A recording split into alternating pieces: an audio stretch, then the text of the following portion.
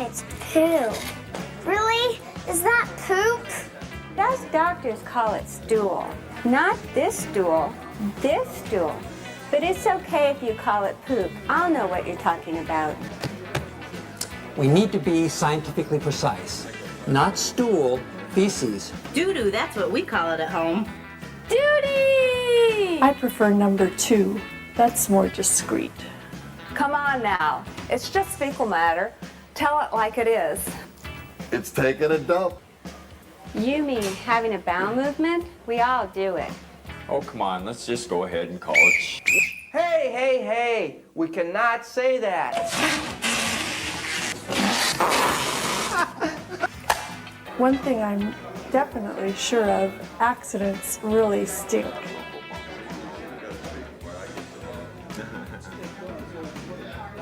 If you don't do your bowel care regularly and well, then the stool gets backed up. And then we have to use strong medicines. You gotta make it. The Guerrero's right about the shoe. The shoe was not the same in the picture in court as the shoe pulled from the evidence bag by Trooper Bukake.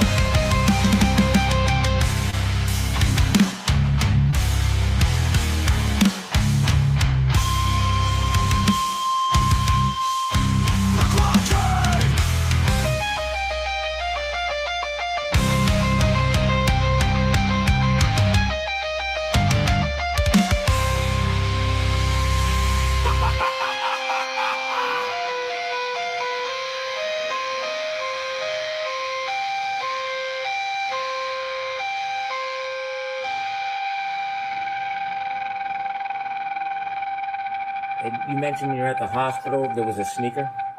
One? Yes. Bukake!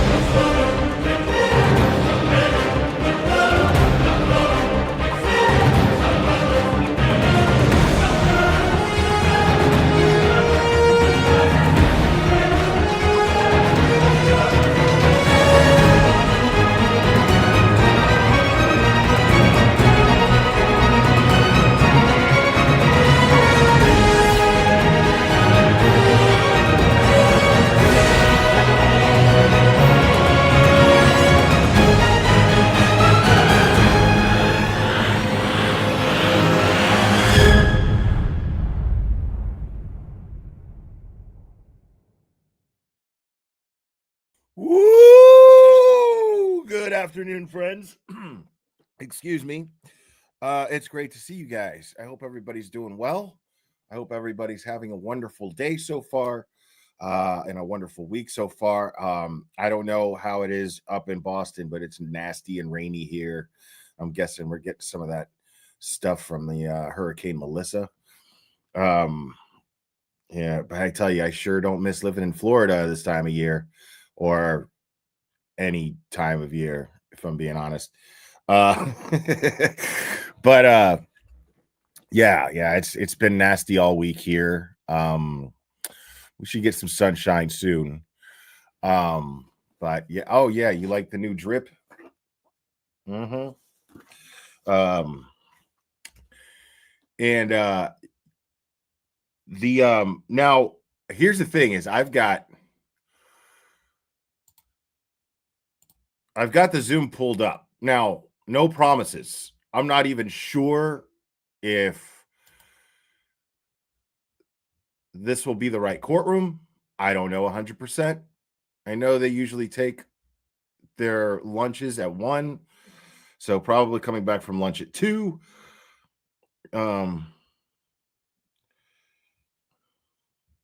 So oh yeah. And you know, if Melanie gets it pulled up, go watch it over there. I'll talk about other stuff and then go over it later because you know Grant's gonna have good ass coverage of that shit. And I'll just stream whatever Grant posts later. So I'm cool with that. So it's not a big deal if we can't watch it live. One way or the other, we will get to at least know what's happening. So courtroom 1. Now is that district? That's district court, right? Not superior. Lauren?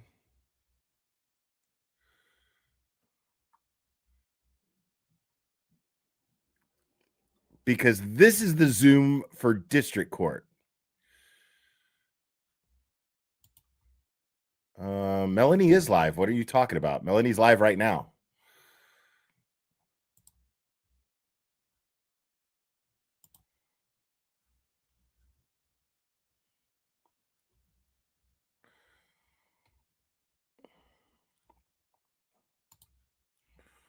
And I just went into Melanie's stream and gave it a like.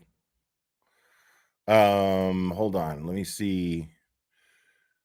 Yeah, she's totally live right now. I just went in there and gave it a like. Like she's totally live. I don't know why somebody said that she wasn't.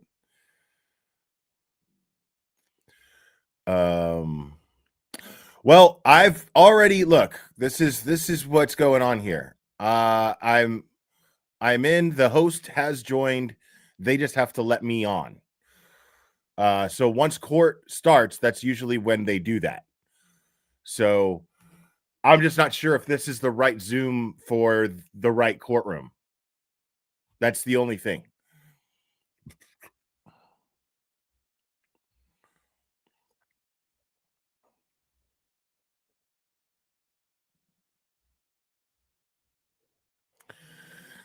Yeah, I don't know what's going on. Dude, the weirdest shit. So there's a judge. He covered a case. I can't even remember the case, but it was like a really, really if I remember correctly, it was the murder of a young kid here in Tennessee.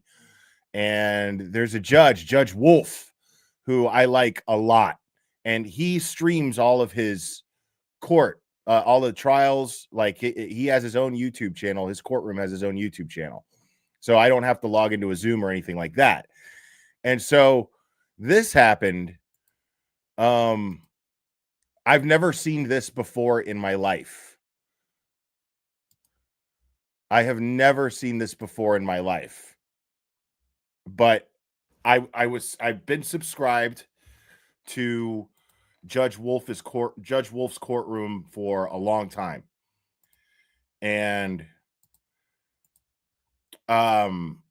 it was very weird. I never saw this message before. And I went to comment because it was on subscribers only mode. Okay, cool. So I went and it says can't send messages because you subscribe to this channel while watching a video made for kids, which is the weirdest shit I've ever heard. That's what it says there on the bottom. That's the message it sent. It said, because it's a big deal if there's like 400 people watching Judge Wolf. So I Googled the case that he's talking about. It's a child abuse case, but It's a woman who worked at a daycare, but the thing about it is the woman is the daughter of the county sheriff. So the woman who's charged is and this is her trial. She's the daughter of the county sheriff, and the county sheriff took down all the mugshots from the sheriff's department website because he didn't want his daughter's picture up on the website. He didn't want his daughter's mugshot up. So people are interested. People here in Tennessee are interested here.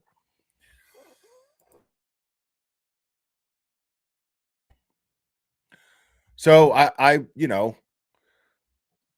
went to comment and I couldn't because it says this: can't send messages because you subscribe to this channel while watching a video made for kids. That is bizarre. Like, first of all, I can't imagine, unless I was watching a movie about like an update on a comic book movie or something like that. I mean, when I subscribed to Judge Wolf, it had to have been at least 4 years ago, maybe 5. What's up, Olivia? And Microdots was in here earlier. Good to see Richie always. And if you haven't checked out Richie's latest video, man, go check that out. It's amazing. So yeah, that was super weird. I don't understand that. And what's the fucking difference if I want to watch a fucking movie, if I want to watch the fucking Wiggles, bro, and then, switch over and subscribe to Dr. Wolf, what fucking difference does it make? It's so weird. So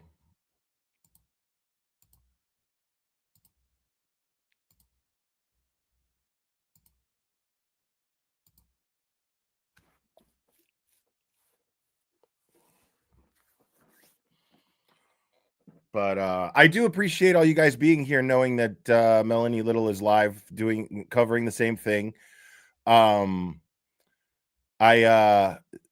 There's just this has become somewhat personal to me. I've become friends with the people who have been affected by Kate Peters' actions, and if she's gonna get her bail revoked today, I want to watch it happen. So this is a person who has been actively doing everything she can to get Aiden Turtle Boy locked up. This is a person who colluded with dirty cops to get Aiden locked up. And this is a person who harassed another friend of mine who's in the chat, Lauren. And this is what this is about, because she violated a restraining order. Now, the thing is Krusty recently had another charge slapped on her. And this is why we're wondering if she's going to get, because this is the Mary Bagwell stuff. Now, I don't know what's going on with Mary Bagwell. There's people who like her, people who don't like her. I don't know who the fuck she is. I don't give a shit. But whatever it is, it's a witness intimidation charge. The same charge, the same shit that Aiden has tons of over bullshit. But so that charge happened after the last hearing.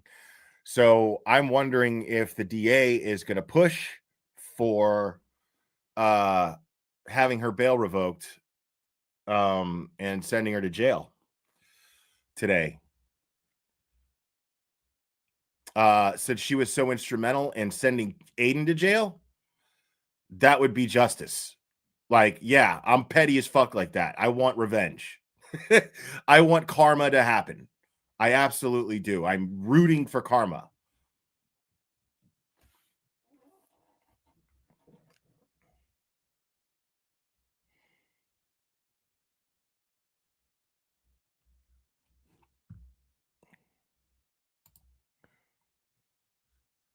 See something here.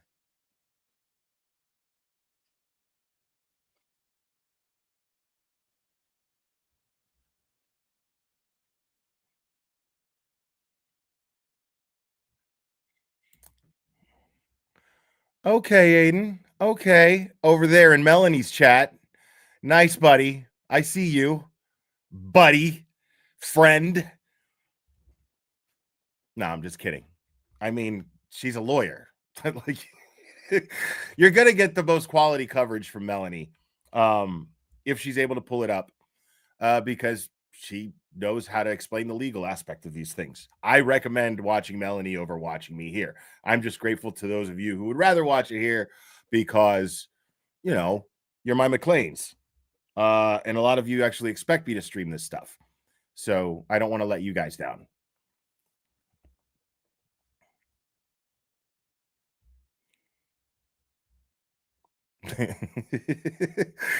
Oh my God, that totally deserves a, yeah.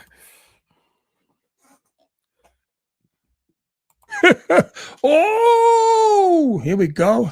I think we got a super cat. Super cat. I think we got a super cat. Super cat. Super cat. Super cat.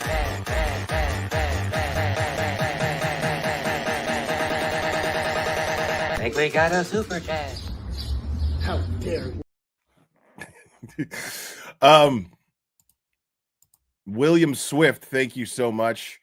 Don't mess with me today, Will. My food stamps are running out. That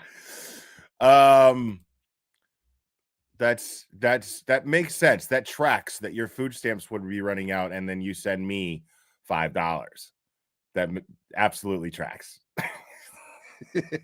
Makes perfect sense. But thank you. Appreciate it.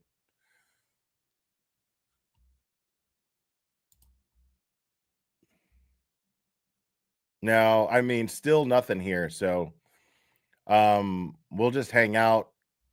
I'll read chats. What's up, MAGA Barbie? It's good to see you.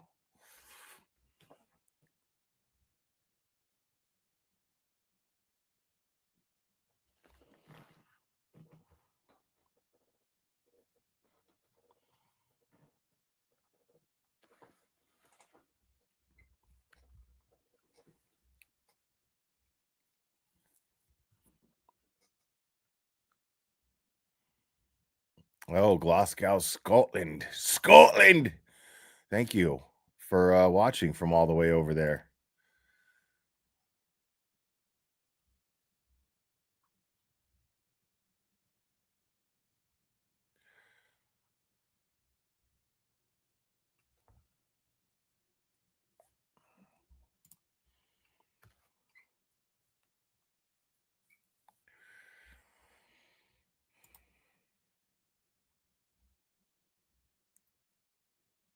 Like,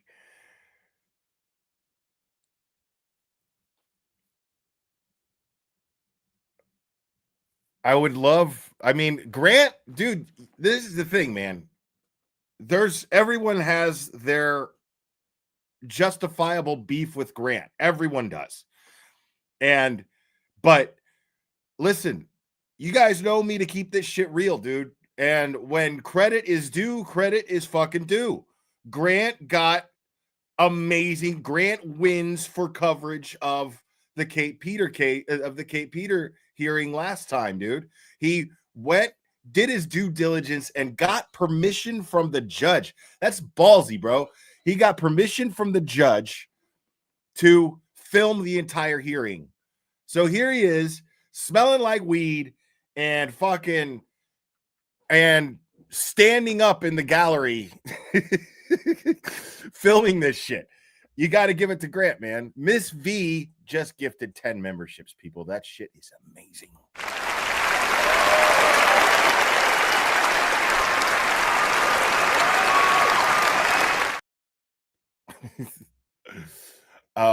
Thank you so much. Appreciate it.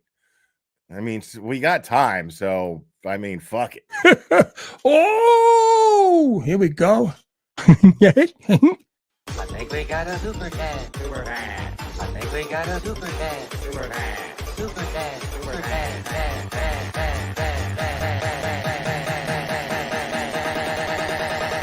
I think we got a super cat.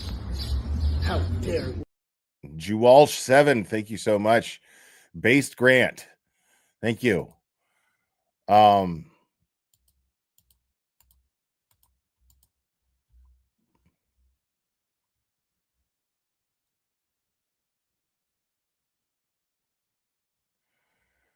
Yeah, I'm just saying, Grant won for coverage. I didn't stream it live, but you know, and I just the only criticism I had of it was he would ask Kate Peter questions but not let her answer. Like she was being nasty, and he could have gotten it all memorialized, and he wouldn't stop talking over her. He was trying to have an insult contest with her, and instead of just getting her talking, you know.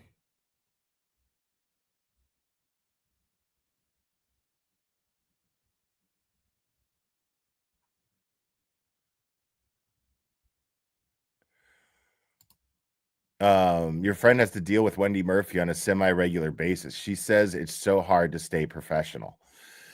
I would imagine it's wild. That's the thing, is like, has Grant Smith Ellis done a bunch of fucking dirty, stupid shit? Of course. Has he lied out of his ass like a million times? Of course. We all know this. Nobody's denying this. But the thing is, man, Grant gets a pass with me, dude. Grant gets a pass with me. Now, Turtle Boy may or may not be eyeballing him to for a lawsuit.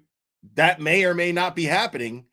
I couldn't say for sure, honestly, but he did allude to it at one point during his live stream, where he was like, just if Grant's watching, just know where I'm pulling this up, and it's from a file for a potential lawsuit or something like that. Yeah. So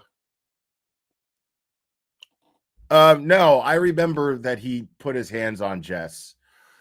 And that wasn't okay. And I still stand by, if Grant is putting hands on people and he turns out that he's dangerous. Because here's the thing, Grant gets a pass with me as far as morality goes because he was raised by his mom, dude. You know what I'm saying? He was raised by Wendy Murphy. Like, what do you expect? Like, she raised him. You know what I mean? So, but you're putting hands on people. Somebody needs to be responsible for you if you can't be responsible for yourself. If your excuse is that you're autistic, then you need but that's the reason why you're putting hands on people. Well, then you need to be under supervision. You need to be not running around where you could go put hands on people. William Swift, thank you so much. I'm trying to put some cash together here just to have Hamburger Helper for dinner. Come on. I know, dude. Like, listen, William Swift, you're almost there. Okay? You're almost there. Let me see something here. Can I set here?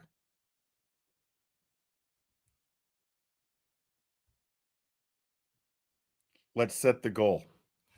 William Swift, setting the goal.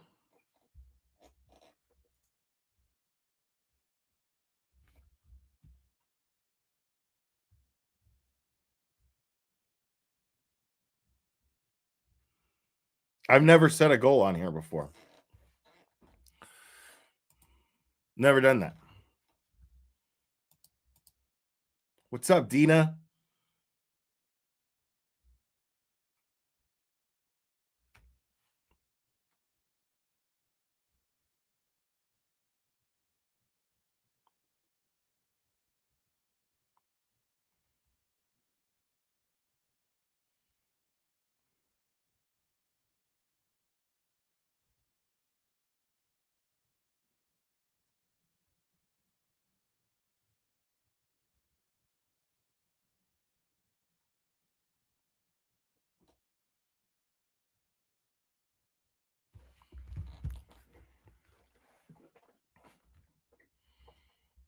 Never done that, bro. This is just for the interest of William Swift. Okay? Because William Swift is super chatting me and he's trying to reach a goal so he can get to some hamburger helper. Okay. And once we reach the goal, he'll have enough to get hamburger helper by sending me money. I don't know why, but this is how this works, apparently. So we had a similar exchange last time some of you were in here. I had William Swift, and William Swift was super chatting me and refusing to give me money as he was super chatting me each time he was super chatting me. And I was saying, nope, you are. You're absolutely going to. Jen, thank you so much. I appreciate you. What's up, Ray from Dallas? Homie.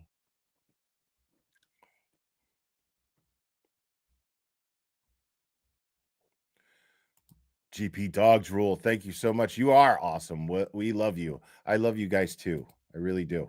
You guys are really amazing. I'm really glad that I went live this afternoon because there's other stuff. There's other stuff that I really want to talk about that I haven't talked about yet. I still haven't talked about the motion that was filed about Proctor's phone. I still haven't talked about that.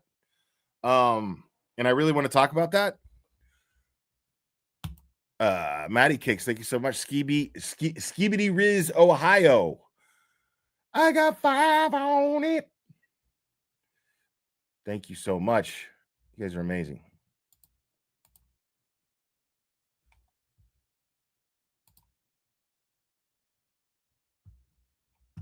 What if I refresh? I don't think that'll work. I'm afraid of getting like, yeah. Maybe we should just wait.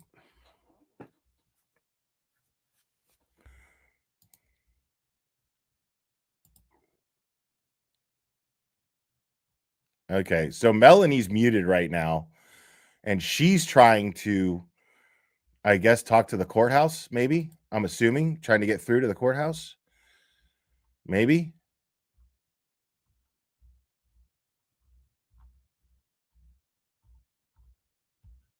Glamasues, it's good to see you. Can you please send Melanie Little the Zoom link? Yes, of course I can do that. I would be happy to do that. But I don't know if this is the Zoom link for even the right courtroom. I'm not 100% sure on that, but I will send it to her.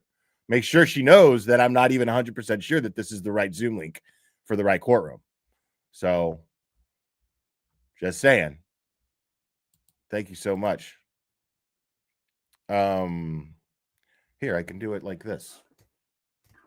Because I have a MacBook. I can text her. I can copy and paste and text her.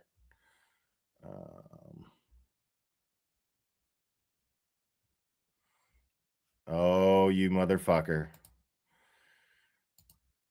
MU crayons. You're so dreamy. Thank you so much. Oh, what the hell did I just do? Oh. Let's make this happen. Yeah, we need to get William Swift inspired to get burger help. Oh shit. Okay.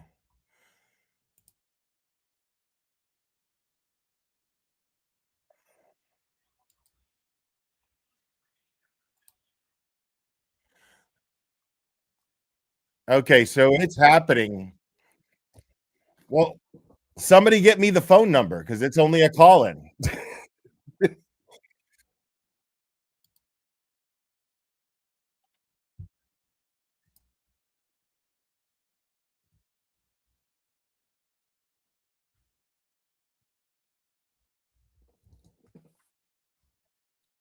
Oh, she has it up?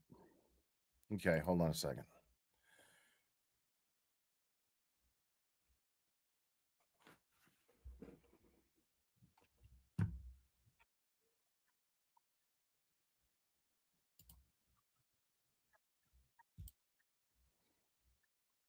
I'm gonna keep this up though.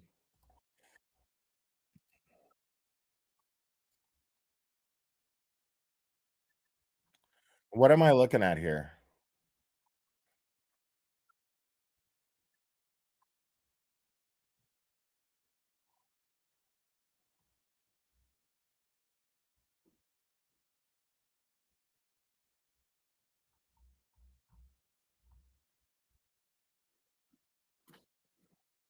All right. Well, all right. Well, I don't have the phone number. So, I can get it though. Give me a second here.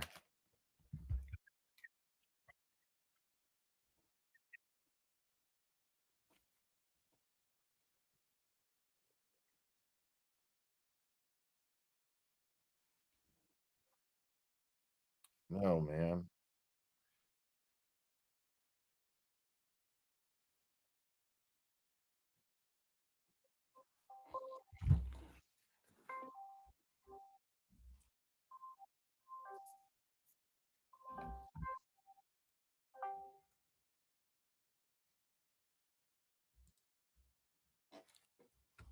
Hey, What's up? Hey, you're live right now. fuck's sake. Hey, do you have the phone number? You remember there's like the Zoom link and then there's a phone number. Can you give me that phone number?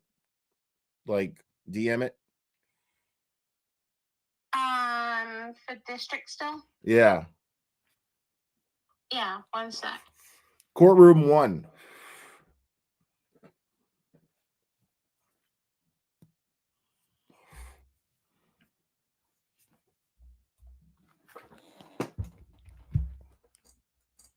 I mean, I only have one phone number, but Okay. Hold on a second. All right. it's sent it.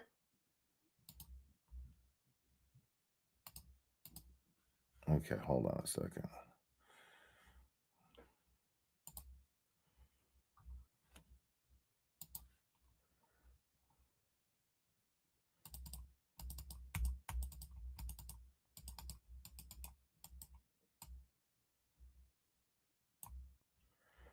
Okay.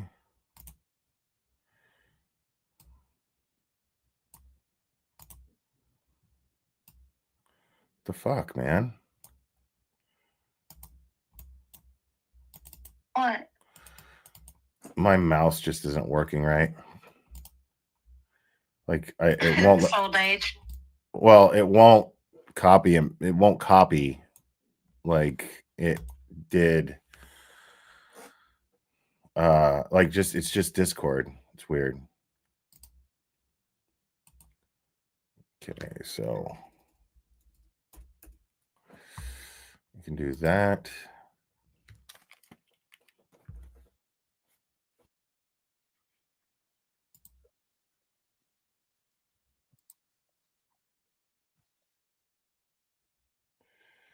Read the passcode out to me. 1 second. It is 6906961.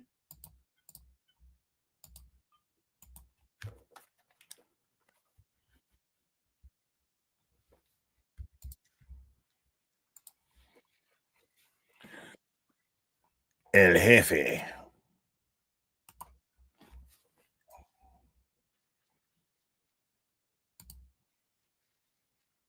I can't be the first call. Okay. That's not the right phone number. The only one I have. Yeah, that's not the right one because it said that I was the first caller for this conference. So Uh,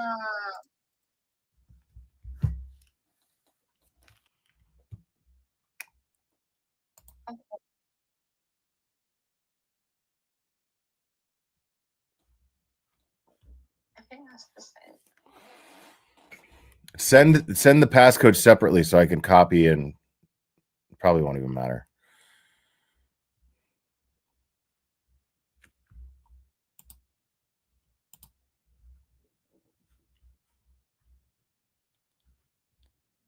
Okay, that's the passcode. Okay, but I mean, well, I mean, it doesn't matter. That phone number doesn't work. Like it's not. It said I was the first caller, and the host has to join, and hasn't even activated the meeting yet. So that can't be the right number. That's the number that's on there. Well, okay. I mean, it's no good. But anyway, we'll all right, I'll call you later. Thank you. Bye. Bye.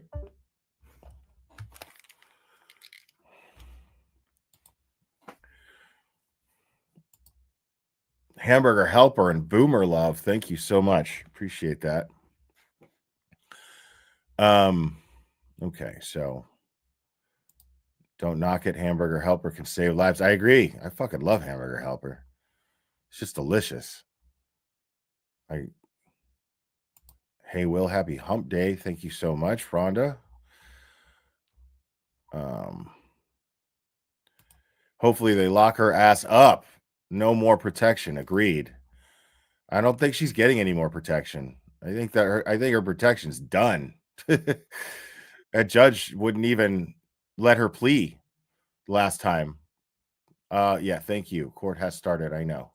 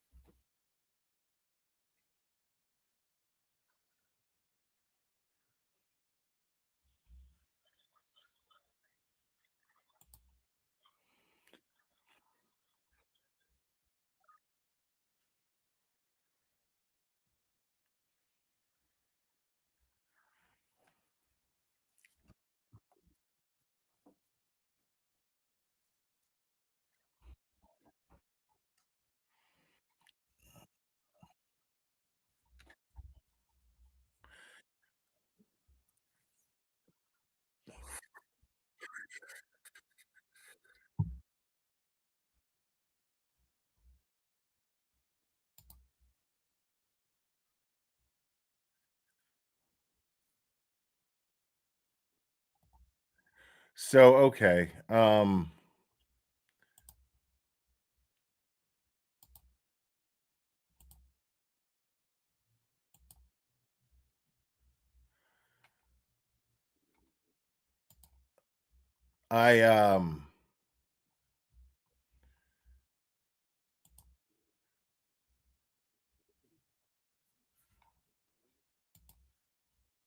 Melanie just said she was going to play video of it. I don't know where she's getting the video of it. So I have no idea. So what I'll end up doing is, worst case scenario, when this is done, I'll stream I will stream, if Grant posts it quick enough, I'll stream it. If not, I'll just go back to and stream Melanie's after the fact. I don't want to stream her live because that's shitty. Like as she's doing it, and if she's still live talking about like Kelsey Fitzsimmons or whatever, like I'll go back to that and play it, but I'm not gonna like snipe her stream while she's got the coverage of it. You know, that's good for her. I think that's kind of shitty if I go and stream her while she's doing it. Okay.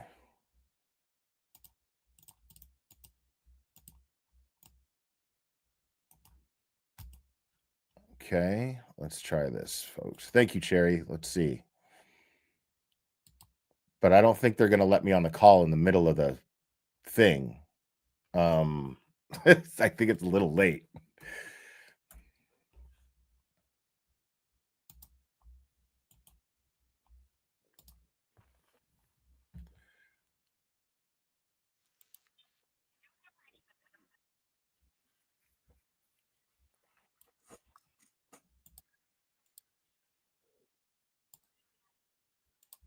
Excluding legal holidays. If you know your party's 7-digit extension, please press 9 now. For the clerk's office, please press 1. For the probation department, please press 2. For security or lockup, please press 3. For the Norfolk County Court is Superior over. Court, press 4. For the Norfolk County Probate and Family Court, please press. Okay. So, another continuance Wow. Okay, so Krusty's still free. So that was a whole lot of nothing. We'll talk about other stuff. So yeah, a big nothing burger. So I'm kind of glad that's what happened since we couldn't hear it live. I'm kind of glad that's the case. But at the same time, I don't like the fact that Krusty just keeps getting angels. The next status hearing is November 25th. That should be interesting.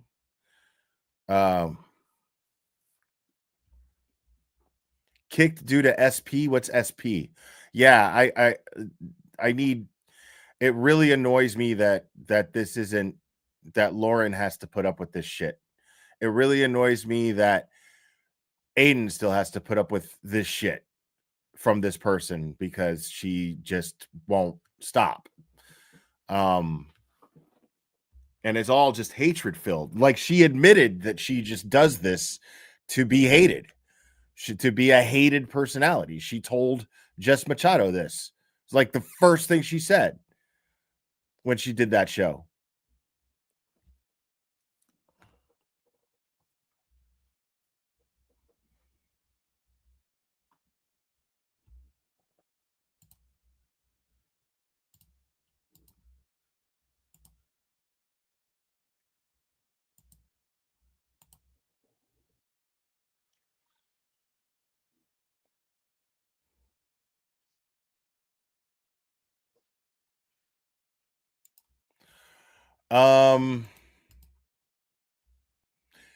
It's here. Hold on. William Swift.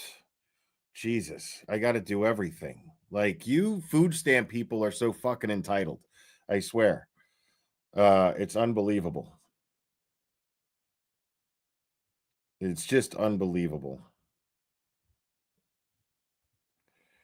There. It's right there. Dropped in the chat, William Smith.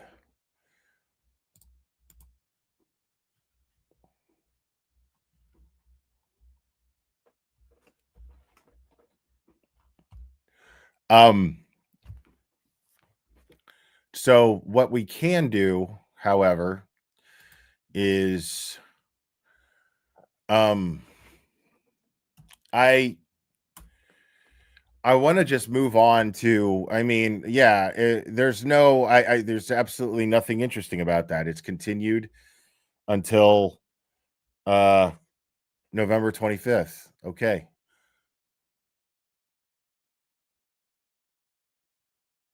Ooh, okay. David Yannetti, the Cerebral Ninja, says he will be speaking today as part of a panel of lawyers and judges during a mass crime defense training in Boston. One of the topics is lessons from the Karen Reed trial. Should be fun. I love that. Right on, David. Right on. And then, there's a lot of this Lauren Myler or Mueller or whatever the fuck her name is.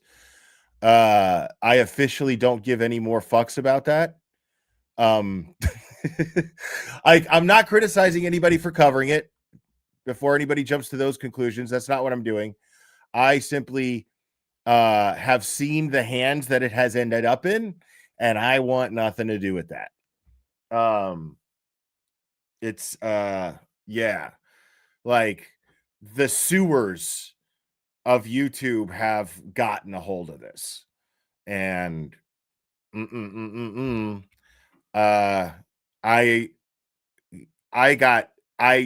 showered from the filth of that sewer, and then by talking about Karen Reed and joining this community.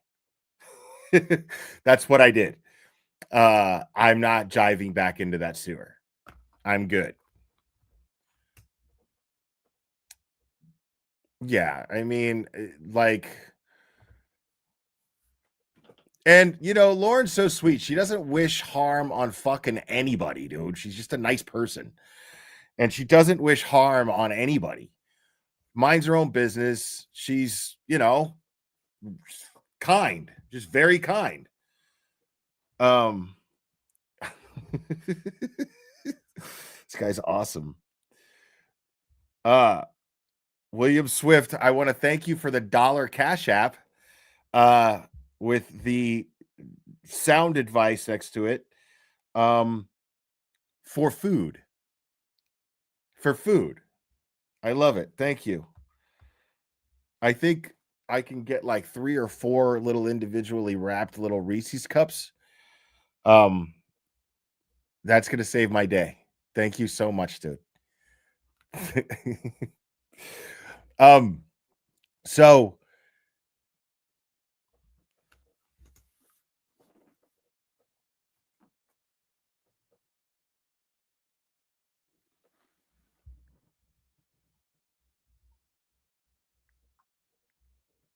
yeah, I just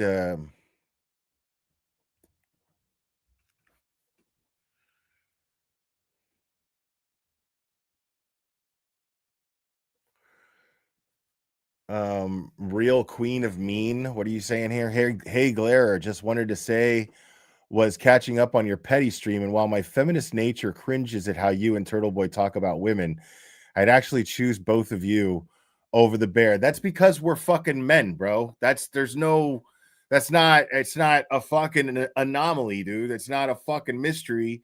It's fucking human nature, dude. Like, you're a woman and you see men being fucking men, you're naturally fucking more susceptible to be attracted to it than a fucking half-assed fucking soy boy fucking weak-kneed, wishy-washy, spineless fuck. Right or wrong? Like, get real. William Swift, thank you again. I can't write a message on Cash App. Was just making sure you got it. I did. I got my $1 for food. It saved my whole day. Thank you. I mean, the thing is, dude, I feel like I'm just honest because I know how I feel about women. Okay. I love women. I adore women. I think women are way stronger than men in most ways. They may not be able to lift as heavy generally as a man could unless they are, particularly strong, but generally speaking, and but the thing is, and I've used this example many times, I worked as a body piercer for like 10 years in Miami in a tattoo shop, in a few tattoo shops. And the women take pain way better than men do. First off, just on that physical level, women handle tattoos way better. Look at what women do to look good. Like, they go through the discomfort because it's not painful, but it's uncomfortable and it's a lot to go put up makeup in the morning and all kinds of shit. Women will they will chop up their faces. They'll stick injections in their faces to make, you know what I'm saying? Like, women they will do whatever to make themselves beautiful. And you have to appreciate that. Like, a lot of women will be like, I don't respect that. You shouldn't have to do that, blah, blah, blah, blah, blah. I respect that. I think it's really nice. I think it's amazing that women put so much fucking thought into their nails, dude. Like, whenever I see a woman with really cool designs, really long nails with really cool designs, bro, I'm always like, yo, let me see that shit. And it's not a sexual thing. It's just straight up appreciation for how you can fucking draw a paint and a extremely intricate design on someone's fucking fingernail. That shit's crazy to me. Like, if you work in a tattoo shop and you can appreciate the art of tattooing, the smaller the tattoo is, the more impressive it is in a lot of ways. Because if you could pull off a lot of detail in a very small tattoo, you are good at your job. You are good at your craft. Whiskey, thank you so much. If you lived in a free country, you would have cheese danishes. Sweden doesn't know. Sweden just doesn't know a good Danish. Okay, that's funny though. That is funny. But yeah, man, I mean, you know, and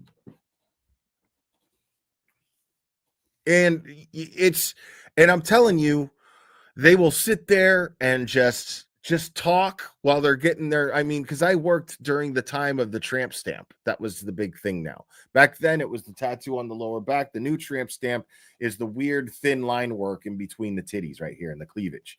That's the new tramp stamp. But the old tramp stamp, the original tramp stamp, was the, you know, tattoo on the lower back. Decline, thank you so much. And yeah, no. A back tattoo is a back tattoo. That's a tramp stamp.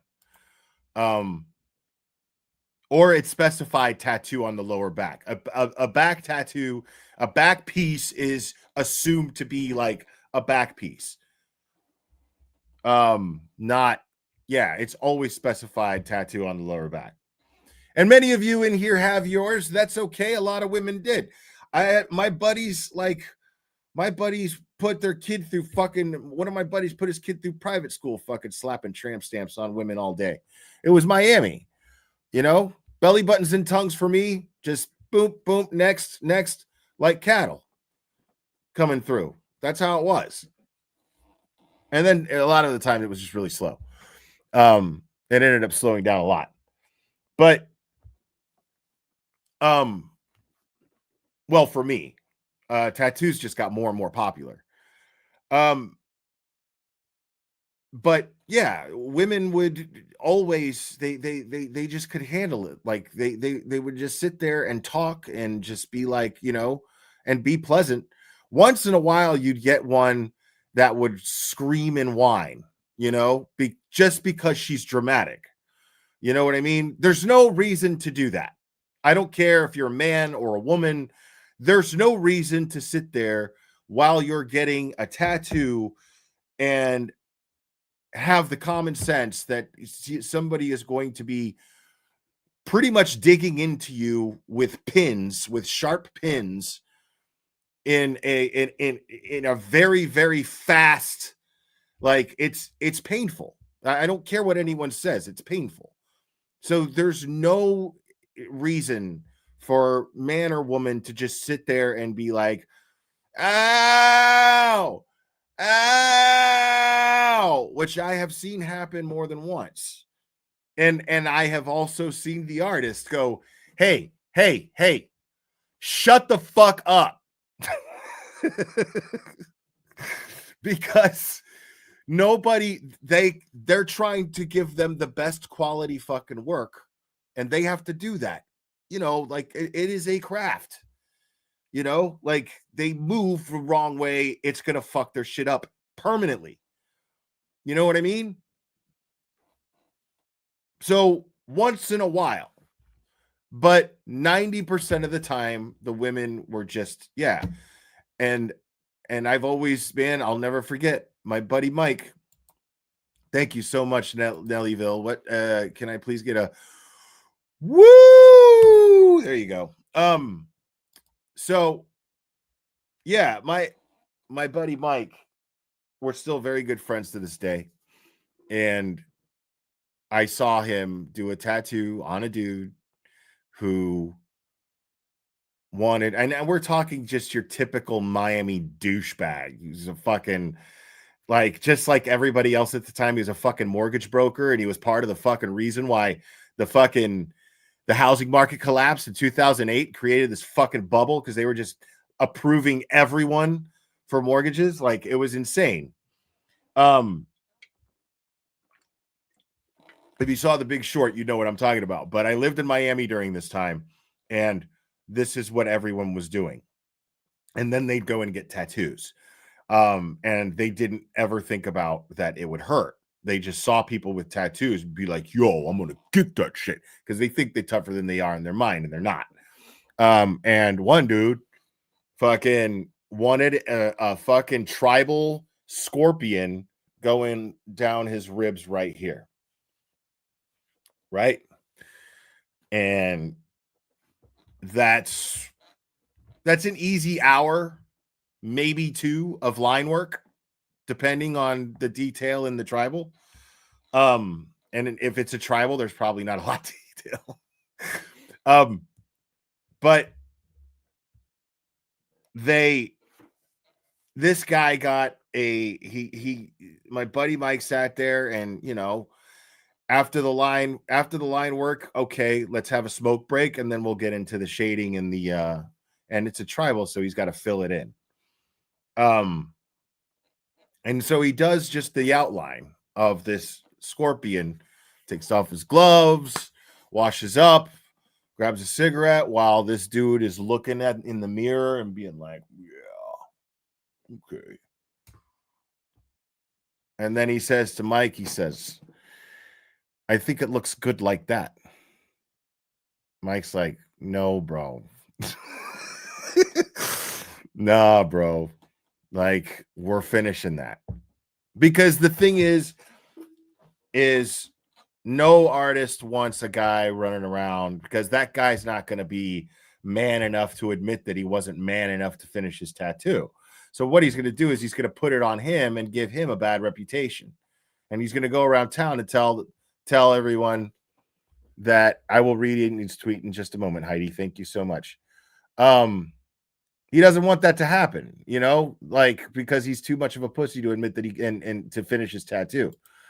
So he needs to make sure that dude is going to have quality work. But I have seen dudes pass out. I've had dudes pass out on me. And with women, you could pierce any part of their body and they're going to be cool the whole time. They're going to be cool every time. The only one that's real painful that I've seen women have trouble with is the nostril.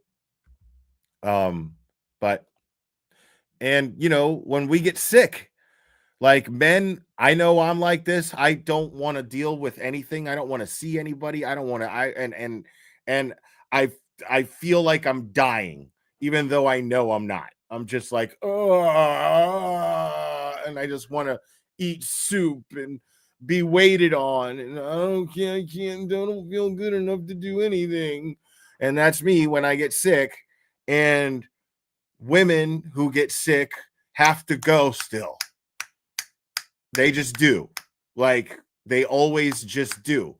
If there's a woman who gets sick from taking care of your ass, she's still taking care of your ass and taking care of all the shit that she needs to do. She can't.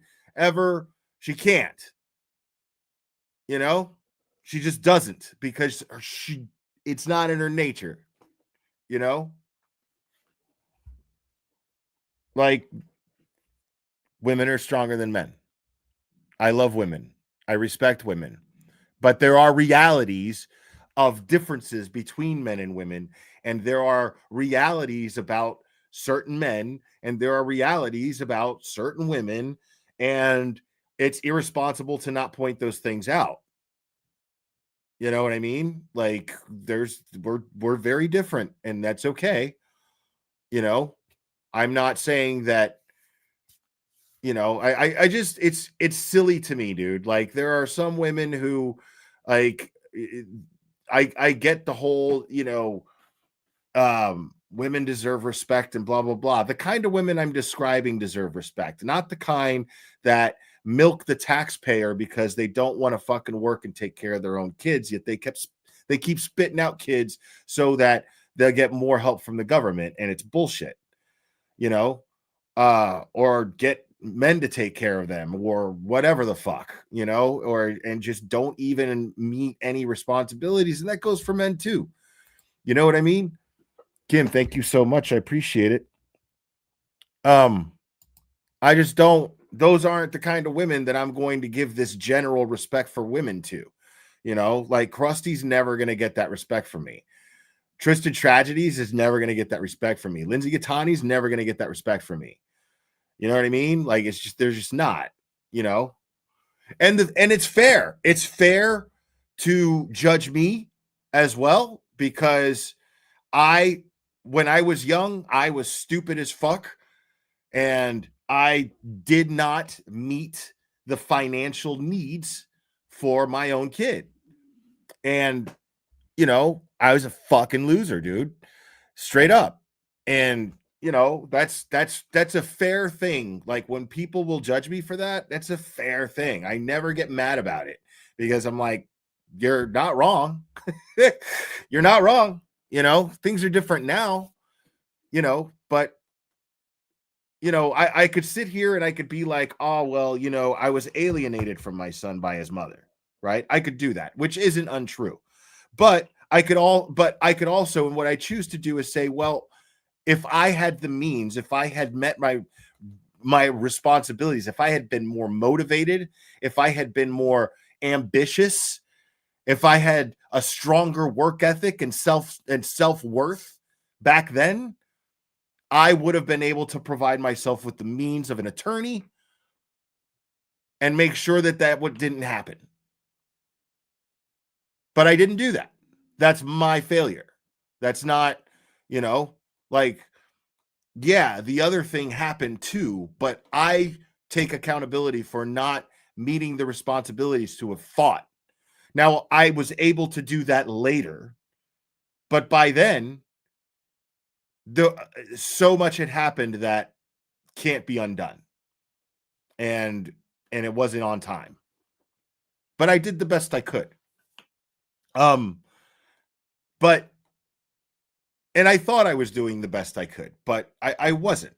I didn't have the same understanding about life as I do today. I had a lot more entitlement. I was way more prone to feeling sorry for myself and making excuses. Way more prone to doing that. So I just don't subscribe to that. And when I see people who are like this that are close to my age, I have no patience for it. I just don't, you know what I'm saying? Man or woman, it just doesn't fucking matter. Like when I see people who just play victim and make excuses for their shitty fucking behavior all the time, I just don't respect them, and it peeves me. It honestly does. Like I cannot call it out. Like I'm up here with the platform. Why the fuck wouldn't I call that out? You know what I'm saying? It's something to fucking talk about. You guys fucking watch me so I can rant. That's what I do. You know?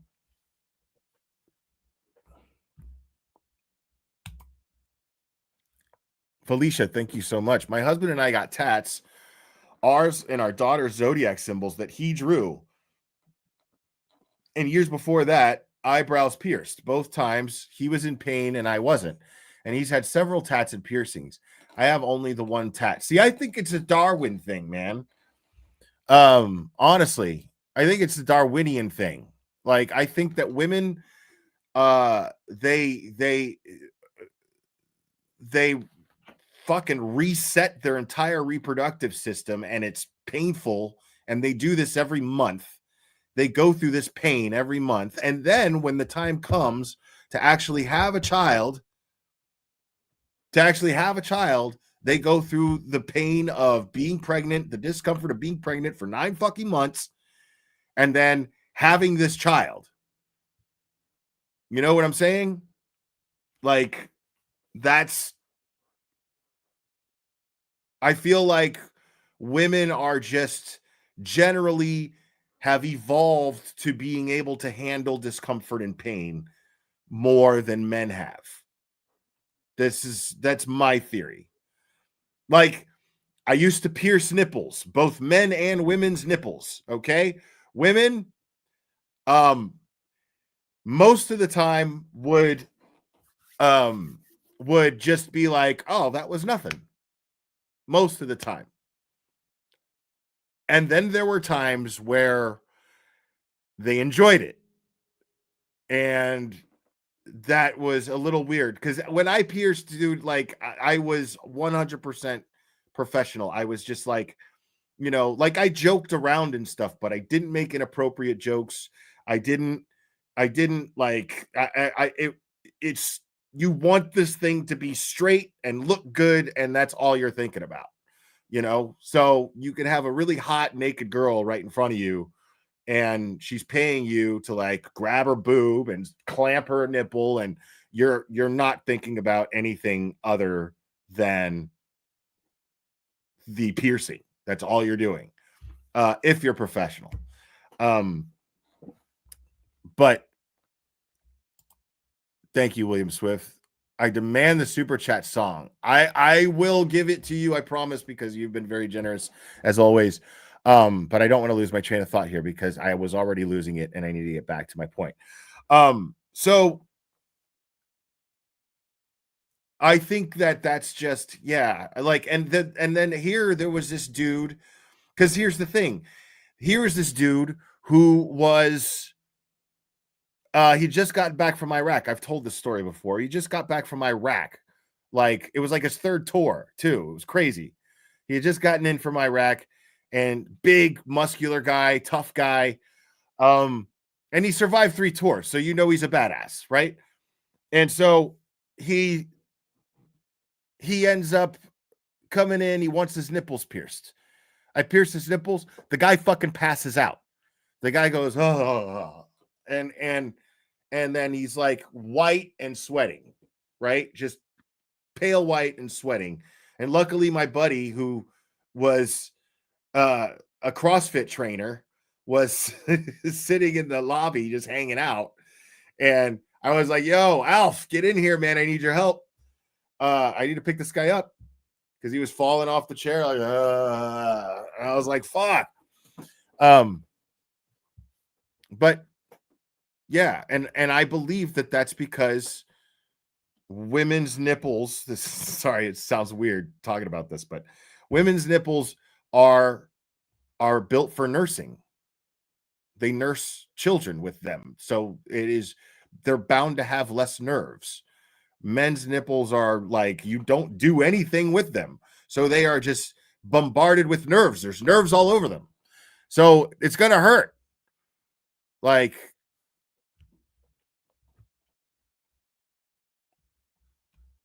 so yeah, man, women are just stronger than men. So this is always my attitude. So I don't subscribe to these little, oh, you should never say this and this about women. Like, fuck all that, fuck all that. Like, I know how I feel about women, and I know I respect women, and I know that I love women. So you're never going to sit there and try to fucking gaslight me into being somebody who like is, a misogynist or anything like that. Like, I use words, whatever words I want to use, because I don't give a shit about anyone who thinks that I shouldn't say certain words. Fuck you. I can say whatever the fuck I want. My husband's bro did 2 tours, second ending early because of an IED explosion. Wow, he is a crybaby. in my sister-in-law's opinion, probably, maybe, maybe that's what he's like at home. Let me read Aiden's tweet here.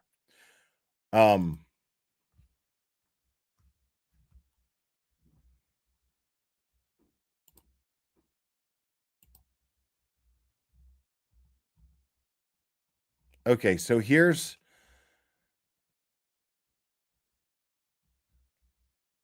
this is the Paulo C. So Aiden didn't do a bus stop live this morning because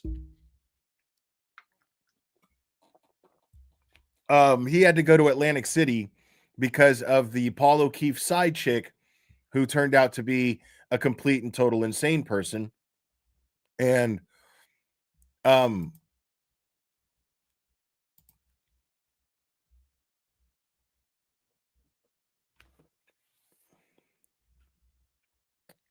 zero support for her today, bro. Wow. I can't wait till Grant posts a video.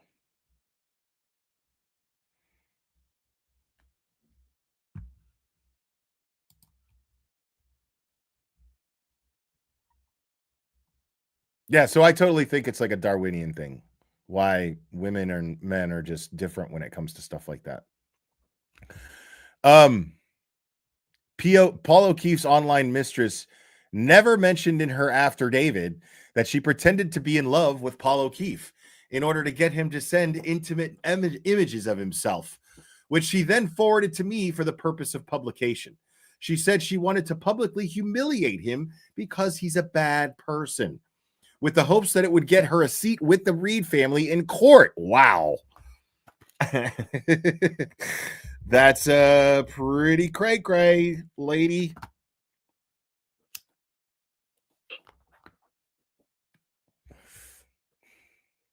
She didn't tell the judge that she told me to post on her Facebook page so Paul O'Keefe would see it. And then he would hate her and she wouldn't feel as bad about burning him. She didn't tell the judge that she told me I had to defend her after the article was published, that she was hot, and that she gave me the best story, and that Paul O'Keefe was a loser. She found the whole thing hysterical and put it all in writing. The name Paul O'Keefe was never even mentioned to the judge. Amazing. In court today, the plaintiff's attorney, Melissa Rosenblum, claimed that I had violated the temporary order, which she obtained by lying, by failing to mention anything about Paul O'Keefe. By referencing her client on my show, she claimed that posting online about the court hearing is a violation of the order. Let me read that again. She claimed that posting online about the court hearing was a violation of the order, which was done earlier today. She claimed that cursing and using the language that is very inappropriate is a violation of the law. Wow. I love that this is happening right after we're having this conversation, because again, this person who's representing Paul O'Keefe's mistress is the anti of what I believe in, which I just explained. I made it clear to the judge that I am a journalist who writes extensively about the case that the plaintiff intentionally inserted herself into the middle of, and that there is nothing in the temporary order that prevents me from writing or talking about someone. I will not be bullied or threatened into silence by anyone. There we go. That's why he's the doctor, bro.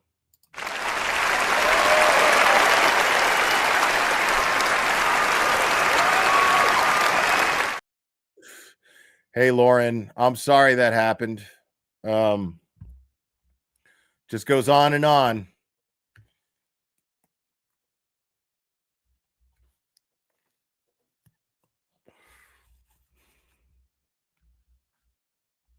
Yeah, like totally.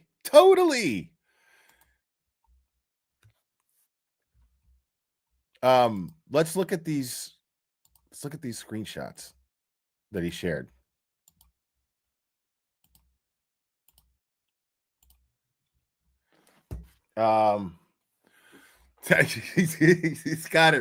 He's got her logged into his phone as Paul O'Keefe's side chick, which I love.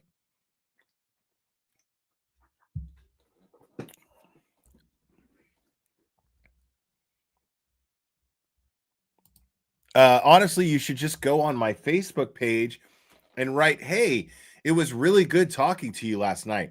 Talk again soon." He stalks my Facebook, and I guarantee I will hear from him within seconds. And at least then I'm not totally shocking him. And then he will hate me, and I won't feel bad anyway. Wow. And then she goes on to say, "You better defend me. I am not a mistress. I was laughing my ass off at him, and I'm hot, and I gave you the best story. He's a loser. I made fun of him as soon as he started acting foolish. I feel bad. I shouldn't have done this. Too much." So am I. At first, I felt like such a piece of scum, but fuck him. Wow. I swear, I really feel like a disgusting human for doing this because he's trusting me, but it's fucking hysterical. That's his fault for trusting you. He doesn't even know you. You better keep me posted. When I feel really bad, I think about the shit he did to you and Karen. He knows he knows he's sunk. Nothing he can say or do. I had him trapped too good. We actually really shut him up. She's such a mean girl, bro. Like, this lady sucks, dude. She's such a bad person, bro. Like, this lady's a bad person.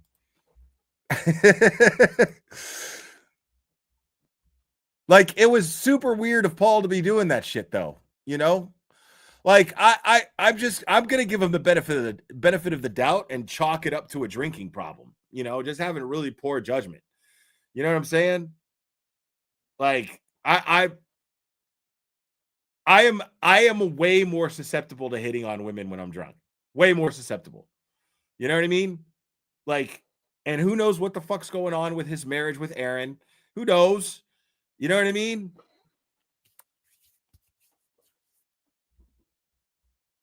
But yeah, I you know, the problem with all that though is the problem with everything and every part of Paul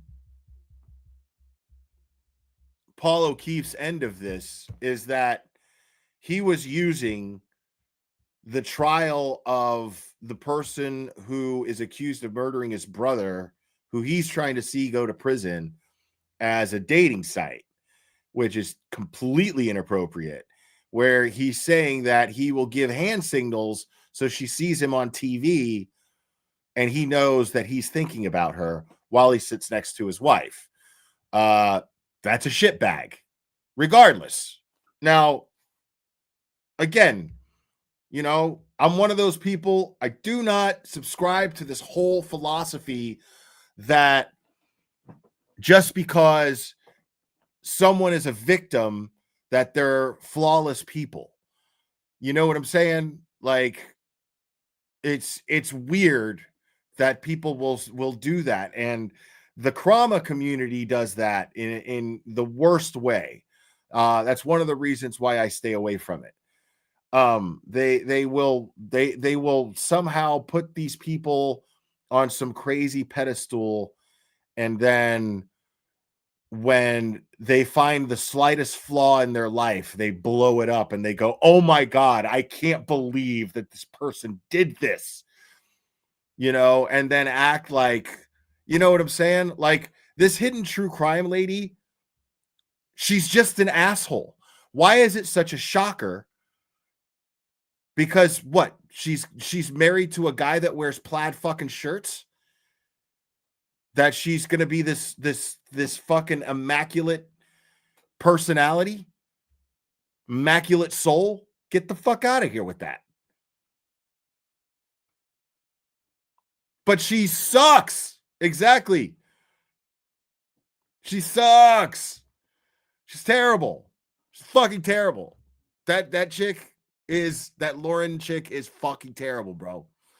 Like, there's no even getting around it. And her husband sucks too. Right. They both suck. Like, why is this so shocking? To me, it's not surprising at all. That's what's so funny.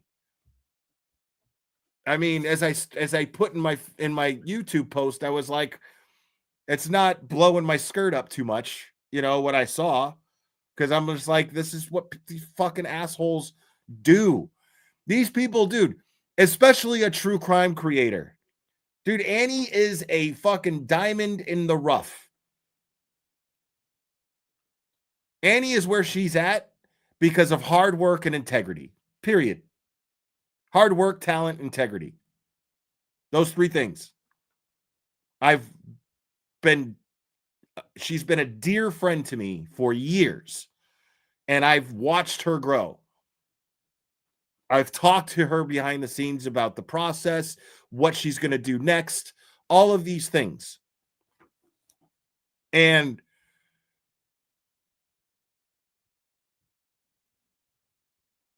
what we don't talk about, because Annie doesn't like to do that, are other creators. She never does that. She never engages in that shit. Like, I didn't hear one word in regard from her about this shit, because she, like, that's her way of basically saying, I don't want to be involved. I don't want to be involved in any of it. So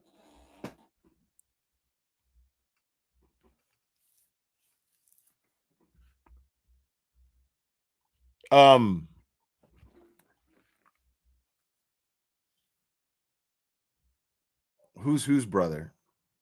Yeah, I you know, so like I just look at that like I mean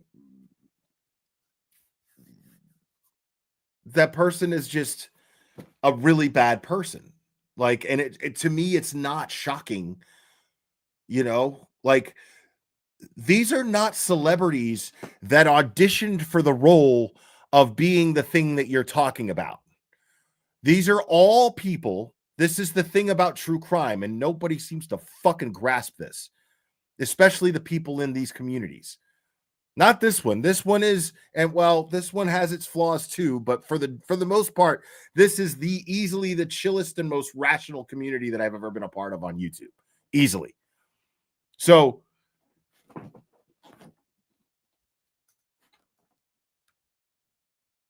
the interesting thing is that people don't seem to understand or grasp the fact that these are not people who auditioned for being the thing that you're talking about. These are all people, all of them, who had something fucked up happen to them. Had a horrible, fucked up thing happen to them. Something worth getting thousands and millions of people to talk about. This is not, that basically tells me these are just everyday people. They're going to be flawed. It doesn't mean that just because they're a victim of a crime that they're necessarily good people. I mean, it's bizarre that people just automatically give these people a sainthood.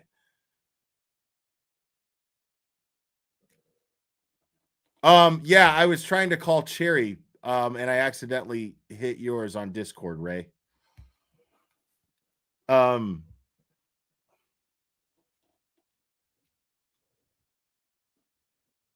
Yeah. And here's the other thing about true crime creators on YouTube. Any asshole can start a YouTube channel.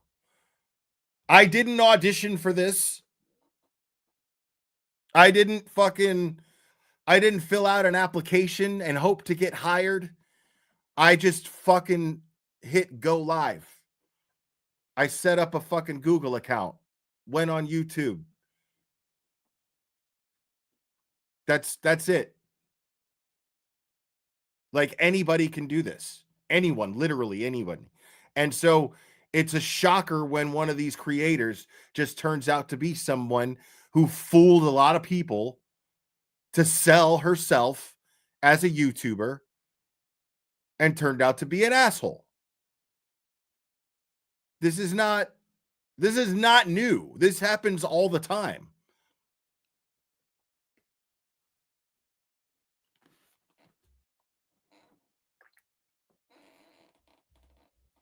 That's why, like, I encourage everybody to start channels. Love that shit. I love how good Ray's doing right now. I love that shit. Ray called into the show and he had shit to say. And then he realized that he had more to say. So what'd he do? Started a channel. He's been doing great. He's really fun to listen to.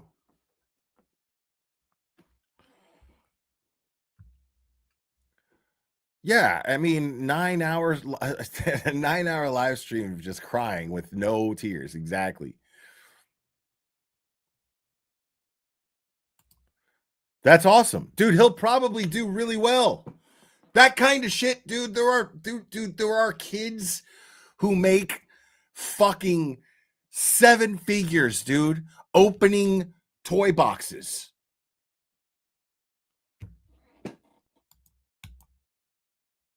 Like, you just never know what this algorithm picks up. Like, to me, it's a fucking crime that Monty and Hannibal don't have fucking a million subs themselves. I think that they're brilliant. They're hilarious. They're organized. They put work into their show. I just get up here and talk. So, I mean, it's these cases, all they are when fucked up shit happens to regular people, and regular people are gonna be flawed from time to time. You know, like, to me, I'm not shocked at Paul O'Keefe being a shitbag. Like, and it's totally okay to call a guy who is using his brother's death as a stage to get attention to cheat on his wife with, and to do it right next to her. That's a shitbag. I don't give a fuck what you say. Just because his brother was murdered does not cancel him from being a shitbag.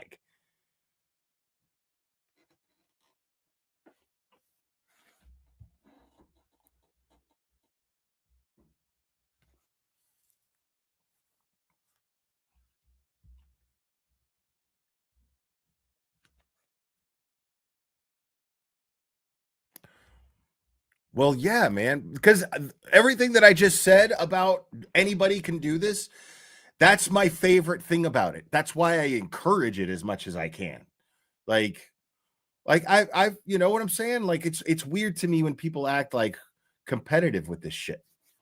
It's very weird to me when people act competitive with this shit, because it's like, why? There's no need. It is a huge, you are a drop in an ocean. It is a huge, huge thing going on here. You know? Like, I'm always gonna have people who want to watch me. You know? Like, I take pride in that, and I'm confident in that. You know, that's I'm not going to worry about what other creators are doing and how well they're doing or how shitty they're doing. Um, and if they're growing, then yeah, I like to notice that and be like, fuck yeah, that's amazing. Like, my favorite person to have watched grow so far is absolutely Nurse Kim. Nurse Kim. My favorite person to have watched grow, because Nurse Kim holds down a job, holds down a family, and she is hilarious, extremely talented when she does her streams. She doesn't even have to do them that often because she's so busy with life. And she has grown so much, as well as been a guest on Court TV several times, and shined when she did. So I love to see that. I love to see her dynamic with Mark Betterow, the mighty one. And it's refreshing so early on a Sunday morning. It's just the right time to do that. It's the right time to have their vibe. And I just love it. I just love it. But yeah, man. Thank you, Nellyville. Appreciate that.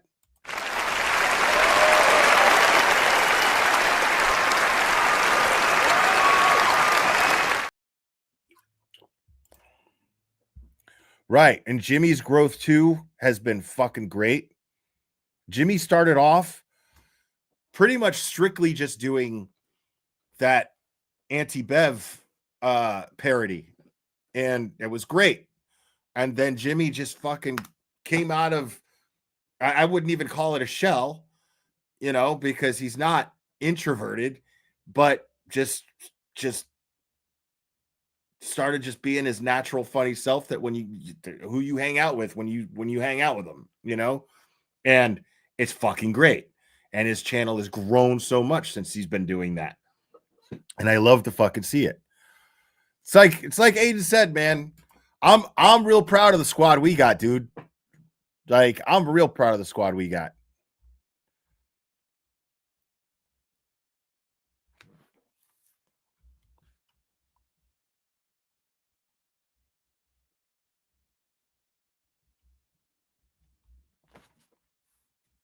So let me see. Yeah, so that's all that was. That's very crazy, dude. So this woman never mentioned, and I wish I could see the after David. I want to read the after David. But I'm going to move on to another topic here.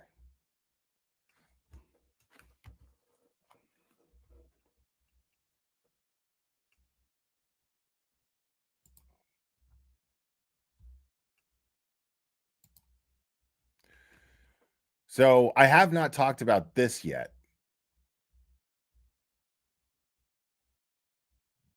I'm going to just read Aiden's article here. Here.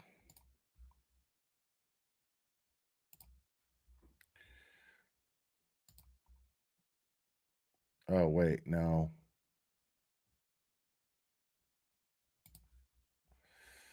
Not that.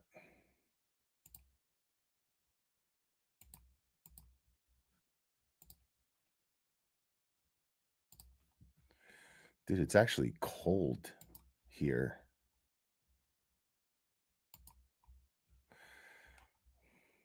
I don't know if she got an HPO. I don't know.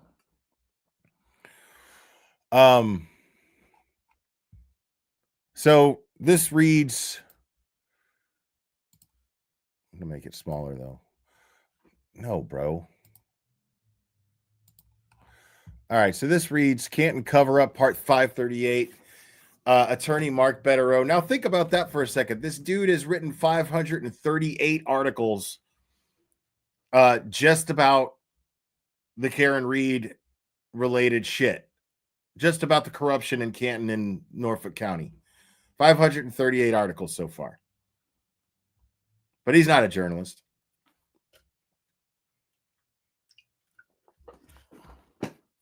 So, Canton cover up part 538. Attorney Mark Betterow, the mighty one, files an affidavit after attorney Corey Hopkins' public record request shows Robert Cosgrove withheld emails, including Michael Proctor, lied about Proctor not being involved in the investigation.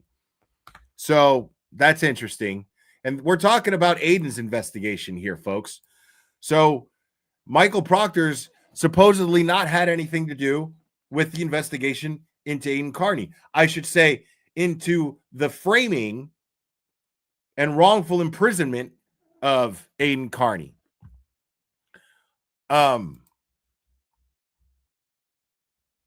Aiden writes here, last week it was reported by Ted Daniel that disgraced former state trooper Michael Proctor's personal cell phone contained sexual images and confidential information that he shared with friends. According to the motion, the data being reviewed as part of a discovery in cases Proctor investigated, including the Miles King case, spans many years. The NDAO is concerned about the highly sensitive nature of the information, including images of intimate body parts of people not participating in the text chain. So, porn revenge. Screenshots of Facebook posts, full phone numbers and or personal email addresses of the people Proctor communicated with, and the name of a sexual assault victim. It's unclear what these images are, but whatever it is, the union is so disgusted that they abandon him. It's also been reported from sources close to the Proctor family that Proctor's wife Elizabeth has kicked him out of the family home in Canton. Yikes. I mean, I'm trying to tell y'all, dude. Like, that shit comes out. Can you imagine? I'd love to see the Microdots reenactment of that fucking exchange right there, bro. Like, look at this shit. Images of intimate body parts of people not participating in the text chain, screenshots of Facebook posts, full phone numbers, and or personal emails of the people Proctor communicated with in the name of a sexual assault victim.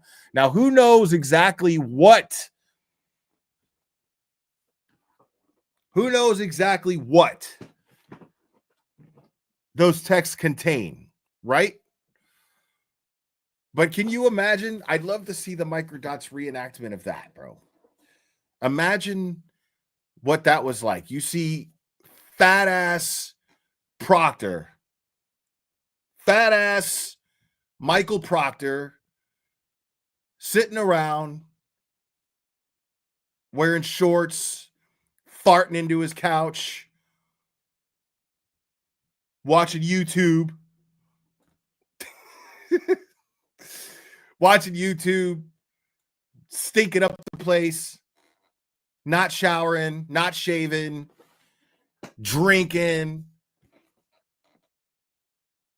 And Elizabeth has to come home from work and just see this shit. She dreads walking into the house to see this shit. And then she gets wind of these text messages. I imagine he's going to try to get in front of it and be like, so, babe, I got to tell you that they found some stuff in the phone. Remember I told you that I got rid of the phone? I told them that I got rid of the phone and that the shit deletes like every 30 days. Well, it didn't delete every 30 days. The iCloud is still like the iCloud.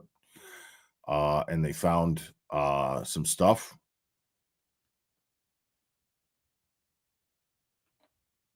Imagine that shit. So you lied to me. Well, I mean, you know, I don't really remember what I was saying back then because, you know, fucking drinking, you know. Like, that's it. Get out. That's it. I'm done with you, bro. Like, dude, I can't. Like, the couch has a fucking imprint on it. After I get rid of you, I'm going to have to get a new couch. Like, I wanted to marry a cop, and now I'm marrying a fucking, like, a literal turd, bro. Like, a dude, like, just a turd that produces turds, bro.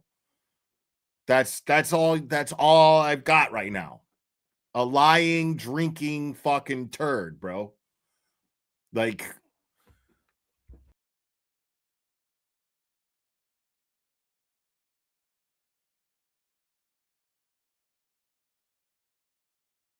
that's so annoying. Dude, that's not, love is not, I don't want to hear that shit. I don't want to hear that shit at all. Not the lady whose dream it was to be married to a cop, because it mattered that he was a cop. So love is not blind in this case, bro. There's no love here. Like, it's totally okay to fall out of love with somebody who has completely fucking disgraced themselves. You know what I mean? Fuck all that bullshit about forever and ever to have and to hold through sickness and in health till death do us part. Fuck you. Right, Larry? Fuck you. No, that's fucking crazy. If somebody turns into just a complete and useless fucking shitbag and showed you that deep down that's what they always were, and the world was exposed to this, like, you think she wants to be married to a guy who just disgraced himself in front of the whole world by talking about women the way that he did? She embarrassed herself by defending it on television. And then all of this shit just keeps piling on. In the meantime, he appeals to get his job back, but the union pulls their support for him. And so his lawyer goes, can't represent him anymore. We're withdrawing the appeal. He doesn't want to be a cop. So now this is official. He's given up. So now she's got a fucking loser farting into her couch. Not his couch anymore. Okay? He lost that. He doesn't get to have that ownership because when they bought the couch, homie was fucking riding around like the fucking big dick of Canton, of Canton. Canton's big dick. Hanging out with the Alberts, hanging out with the McAlberts, McCabe's, the Alberts, the McAlberts, what have you.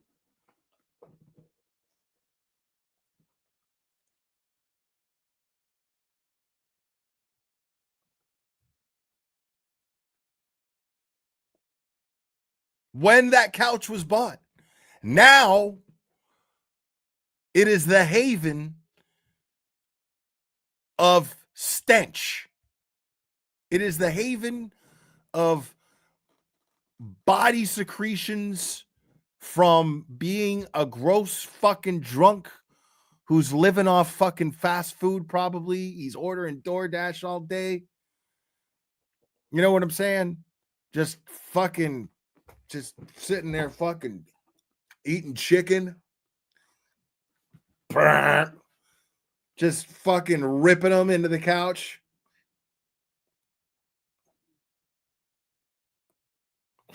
Blowing them away so he doesn't smell it while he eats.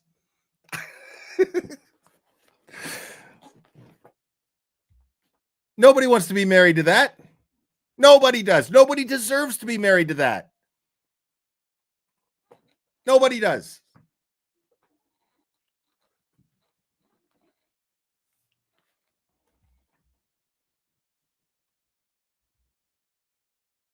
You can't afford CrossFit without a job, bro. You sure as fuck can't.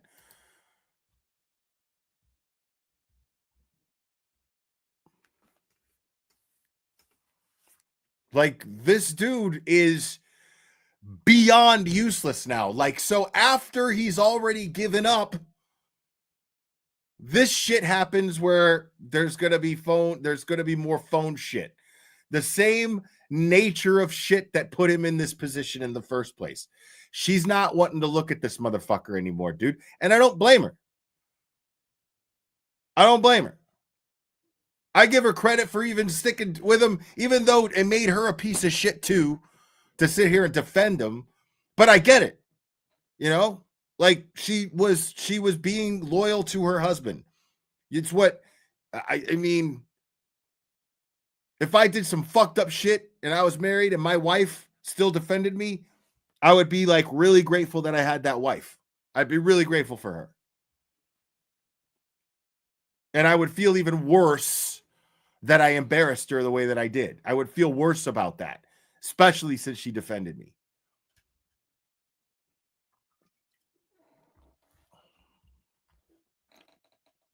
So let's get back to the article.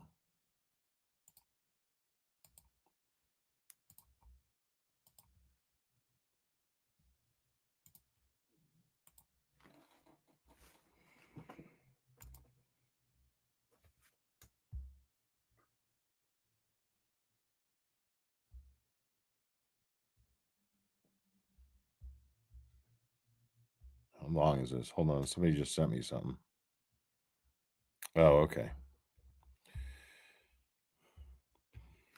All right. So last week, it was reported by Ted Daniel that disgraced former state trooper Michael Proctor's personal cell phone contained sexual images and confidential information. Oh, I already read that. Goes on to say, it is unclear what these images are, but whatever it is, the union is so disgusted that they abandoned him. It's also been reported from sources close to Proctor's family that Proctor's wife, Elizabeth, has kicked him out of the family home in Canton. As someone who is being prosecuted as part of an investigation that included Proctor as both an investigator and a victim, quote unquote, I am entitled under Rule 14 to review these communications in Proctor's phone to determine what could be exculpatory.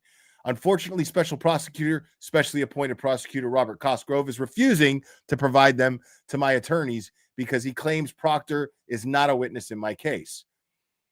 I mean, it just doesn't sound like the Cossie that I know. You know what I mean?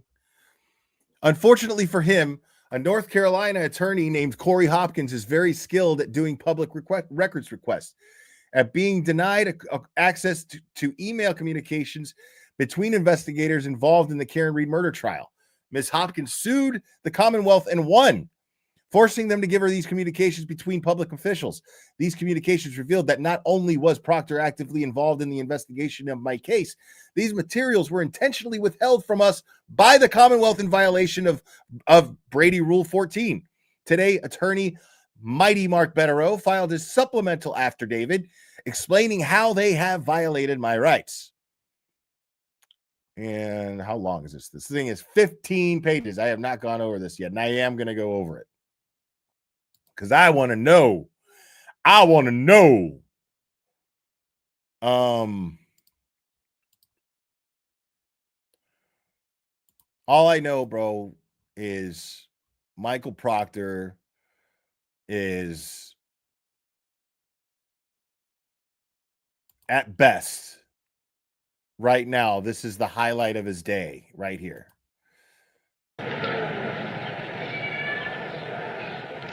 Yeah! Nick, Nick, Nick.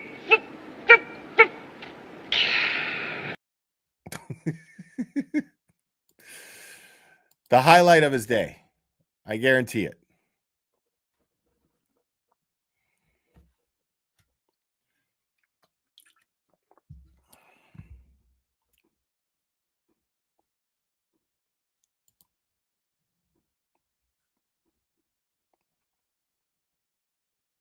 Oh, man. I need to get another energy drink before I get into this.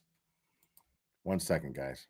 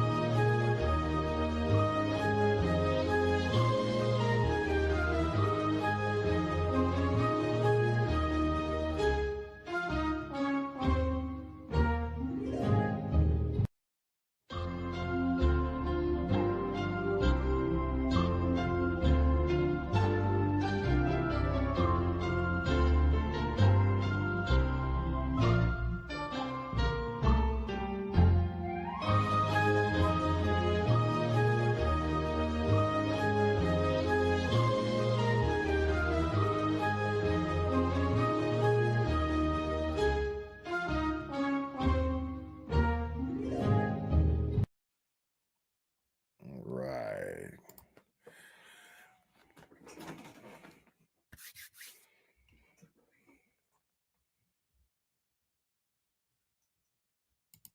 All right. So here is the supplemental affidavit in support of motion to compel, drafted by the mighty one himself, Mr. Mark Betterow, an attorney admitted to practice law in the Commonwealth of Massachusetts, pro hac vice, affirms under penalty of perjury as follows. This affidavit is intended to supplement my affidavit and motion to compel, dated October 24th, 2025, and is submitted as additional factual support for the motion detailed in my prior affidavit.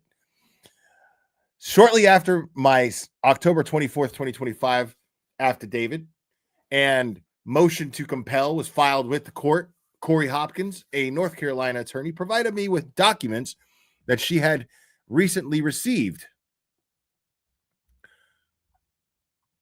from the Norfolk County DA's office as part of the lawsuit she filed against the DA after it ignored her prior public records request. The documents Ms. Hopkins provided to me consisted of 4 emails from Massachusetts State Police Sergeant Yuri Buchanan.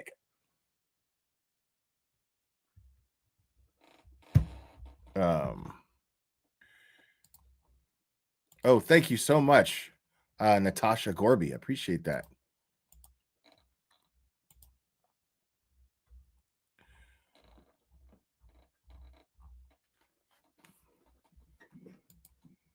The documents Ms. Hopkins provided to me consisted of 4 emails from Massachusetts State Police Sergeant Yuri Buchanan to Detective Lieutenant Brian Tully and former Massachusetts Trooper Michael Proctor. 2 of the emails are dated July 28th, 2023, and are dated July 29th, 2023.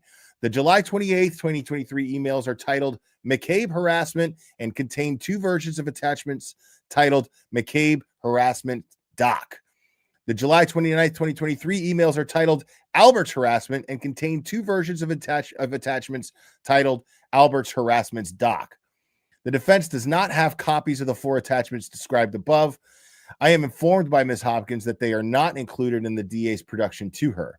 The subject matter of the 4 emails and attachments relates to the MSP investigation of Mr. Carney.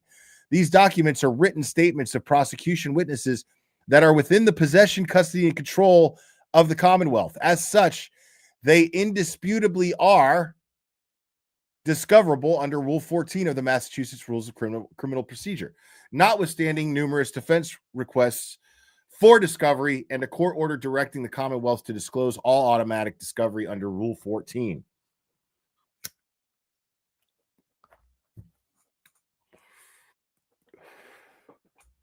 By May 8th, 2024, as of October 27th, 2025, the above described July 28th and 29th, 2023 emails are attachments have not been provided by the prosecution to the defense. And we need those emails. Yeah. On October 25th, 2025, after my affidavit and motion to compel was filed, highly regarded journalist Ted Daniel reported that in addition to possessing thousands of racist and possibly homophobic messages on his cellular phone, Mr. Proctor also maintained and possibly shared intimate images of third parties and shared the name and or confidential information about at least one alleged sexual assault victim. Translation, Michael Proctor is a shitbag. If Mr. Proctor revealed the name of a sexual assault victim and or any confidential non-public information about a sexual assault allegation to a third party in a manner that was not necessary to the performance of his duties, then he committed a crime punishable by up to 1 year in jail and by a fine of not more than $1,000 or both under MGL blah blah blah. 1 second, guys.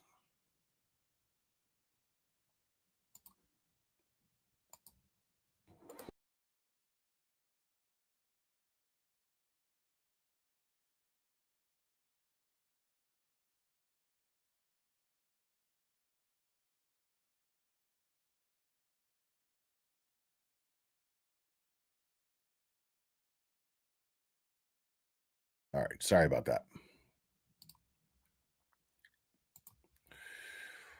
If the intimate images Mr. Proctor possessed and or shared depicted Karen Reed, then Mr. Proctor may be subject to prosecution for perjury given his sworn testimony at Miss Reed's 2024 trial. Wow. It goes without saying that if Mr. Proctor engaged in a pattern of unprofessional conduct in multiple investigations to the extent that he may have even committed crimes by gossiping with friends and or family about confidential and sensitive police business, which served as one specification for his termination from the Massachusetts State Police. See the Better Row affidavit, October 24th, 2025. And B, perjuring himself at Miss Reed's trial about his disgraceful investigative conduct. Such evidence is favorable to Mr. Carney's defense that the MSP investigation against him lacked integrity, was biased, and conducted in bad faith. The Commonwealth's justification for refusing to disclose the defense information in its possession, custody, or control that would, let me read this footnote here. Mr. Proctor testified that a text message he sent his Massachusetts State Police superiors indicating that he had not discovered any nude so far on Miss Reed's phone was a joke. June 10th, 2024 transcript, blah, blah, blah. He denied looking for nudes on Miss Reed. Mr. Proctor was adamant that he did not look for naked photos in anyone's phones. The Commonwealth's justification for refusing to disclose the defense information in its possession, custody, or control that would substantially undermine Mr. Proctor's credibility is that he will not be called as a prosecution witness and he didn't participate in the investigation.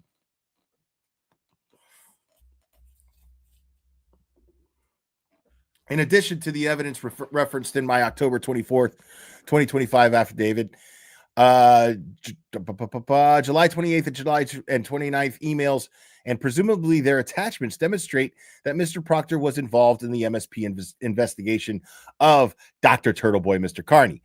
On July 28, 2023 at 6:33 p.m., Sergeant Bukaki provided Detective Lieutenant Tully and Mr. Proctor with an investigative report detailing Mr. Carney's alleged harassment of Jennifer McCabe. Notably, Sergeant Bukaki specifically sought DL Tully's and Mr. Proctor's input if anything needed to be fixed in his report. On July 28, 2023 at 6:50 at 6:50 p.m., Sergeant Buchanan sent Detective Lieutenant Tully and Mr. Proctor an updated and more accurate version of his report. On July 29th, 2023 at 6:18 p.m., Sergeant Bukaki emailed Tully and Mr. Proctor an investigative report about Mr. Carney's alleged harassment of the Alberts. Once again, Sergeant Bukaki solicited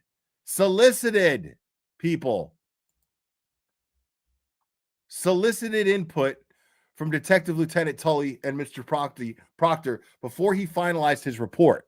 On July 29th, 2023, at 6:28 p.m., Sergeant Bukaki provided Detective Lieutenant Tully and Mr. Proctor with an updated report on the alleged harassment of the Alberts. These communications and requests for Mr. Proctor's investigative input occurred approximately 2 weeks after Mr. Proctor emailed Sergeant Buchanan, Detective Lieutenant Tully, John Fanning, Adam Lally, in which he disparaged Mr. Carney and provided investigative information to the rest of the prosecution team.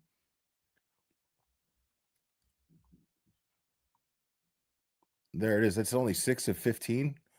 Oh. All right. So that was pretty short. Good. This is just exhibits. Okay. Or it's just, yeah. Oh, these are the emails. Oh, okay. These are the emails right here. So this is CC'd to Michael Proctor. It's from Bukaki to Lieutenant Tully and CC'd to Michael Proctor. And the subject is McCabe harassment. And it says here, I'm sorry for the delay, but the DA had me helping Traub with the responses to those media outlets. I will start work on the Alberts now. Let me know what, if anything, you want me to fix. Also, what does that even mean? Also, I left the case number out since we have not generated one yet. Let me know if you want me to do that or just wait for you to do it. Wow.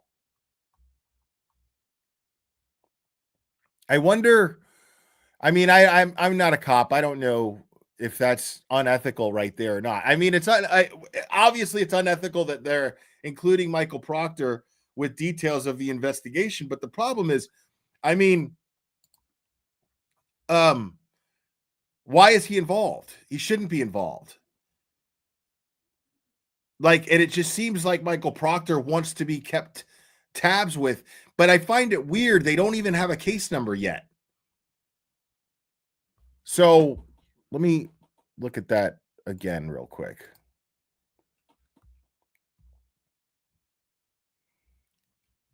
Yeah, so July of 2023. This is before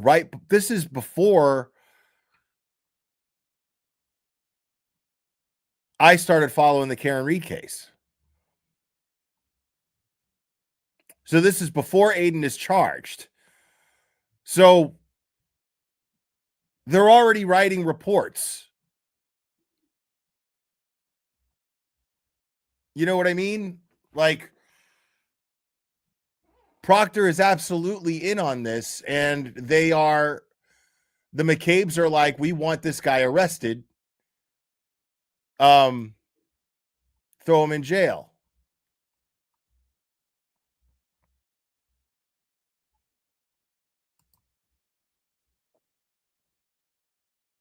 Yeah, this is crazy. So here's another one. Please disregard. This is from Buchanan. Please disregard last version. I had to add something. This is a more accurate one. Okay. Just get there.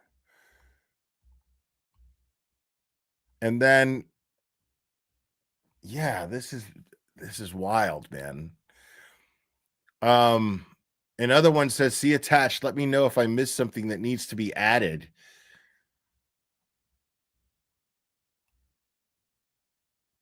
So basically, Proctor, what I'm thinking is Proctor is the mouthpiece for the McAlberts. That's the way I'm taking this.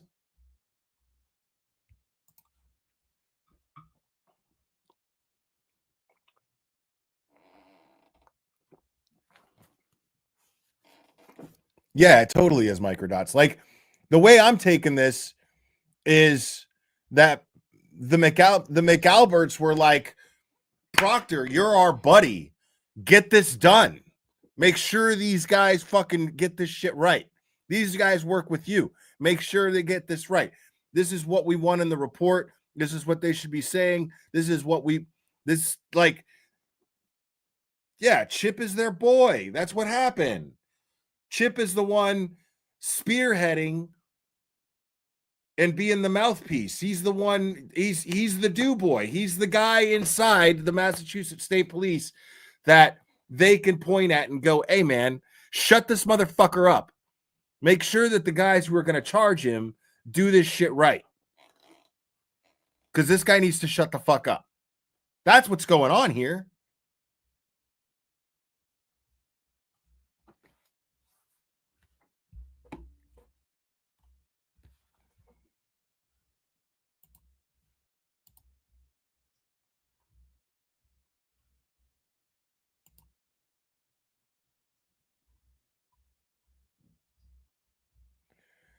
And then forgot to mention the live episodes. This is the updated version. Like again, feelings are hurt. So they're talking about just the fucking, this is them compiling what they think is evidence of harassment of the McAlberts. This is what they're doing. And they're taking the stuff, the hurt feeling stuff from Aiden's live streams and being like, oh, well, look, he hurt our feelings here on this thing and here on this thing and here on this thing. Let's weaponize this law. So this is all of them compiling the shit. Obviously, that's the investigation. If Michael Proctor has any say at all over any of this, then he's involved in the investigation. It's just that simple. Natasha, thank you so much for the super sticker. I appreciate it. Then he's clearly involved in the investigation. Obviously involved in the investigation because they're putting this case together. All the stuff that they're talking about in these emails, it seems like, is the exact stuff that Ken Mello mentioned in his arraignment, in Aiden's arraignment. All the stuff in the charging documents.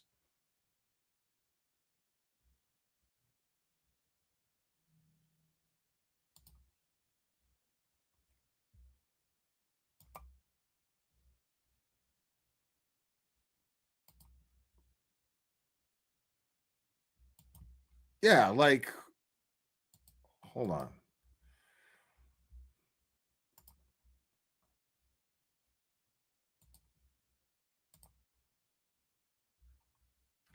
I still have all of these.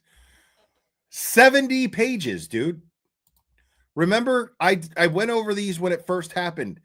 It took me 5 fucking live streams to do it. And this is 70 pages of Aiden's charges, dude.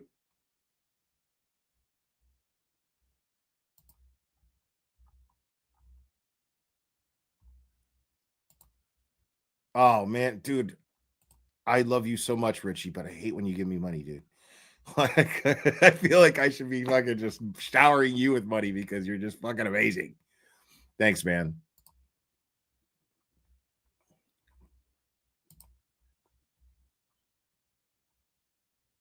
I mean, look at this. Like a 70-page charging document of twisted, misrepresented bullshit.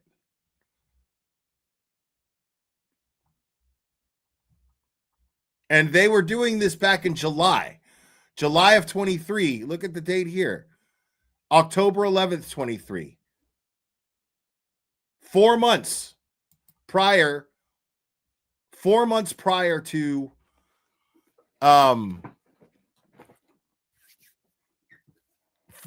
like that's 4 months of just putting bullshit together so that they can weaponize it and get him charged and keep him tied up in the criminal justice system to keep a leash on them, to keep a gag on them.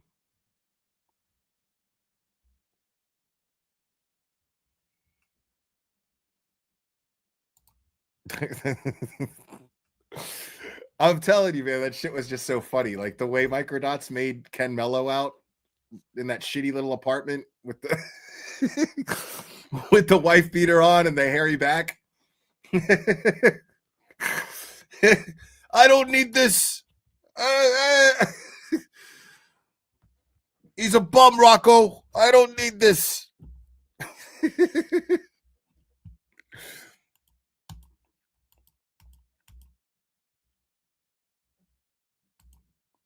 Oh, thank you. That's very sweet. Appreciate it.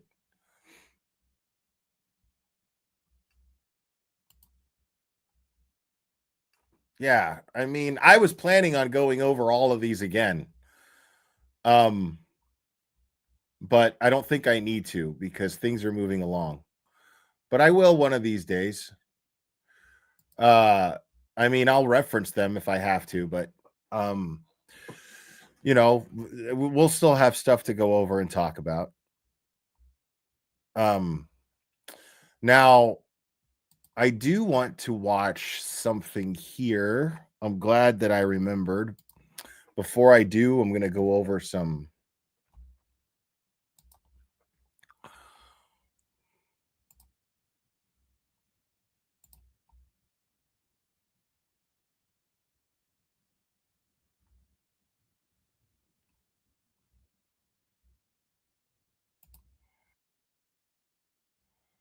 All right. So real quick, let me do this. Go over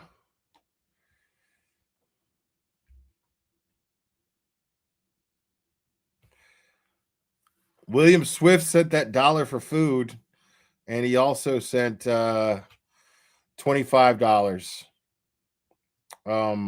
But why is it not showing me that? There it is. No note, just $25. Thanks, William Swift. William Swift is hilarious.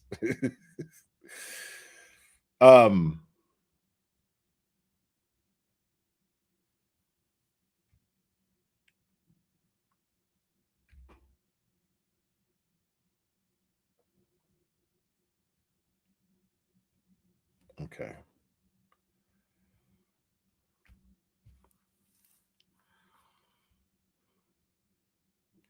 And Sarah sent $25 through Venmo and said, "Don't want to be a weirdo like Nan, but just wanted to say thank you for today." It's cool. No problem. Thank you so much.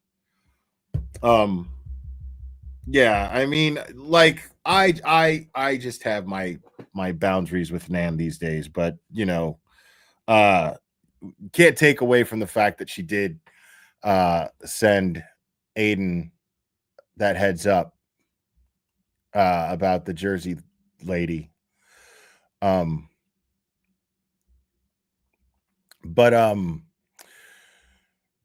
moving on, the man, Alan Action Jackson, he was on Our Friends Justice Serve TV. And so, and I like to see that. Man, they're getting up there, man. They're at 32,000 subs. Woohoo worldwide. Thank you so much. Appreciate that. Woo double whoo. Thank you so much.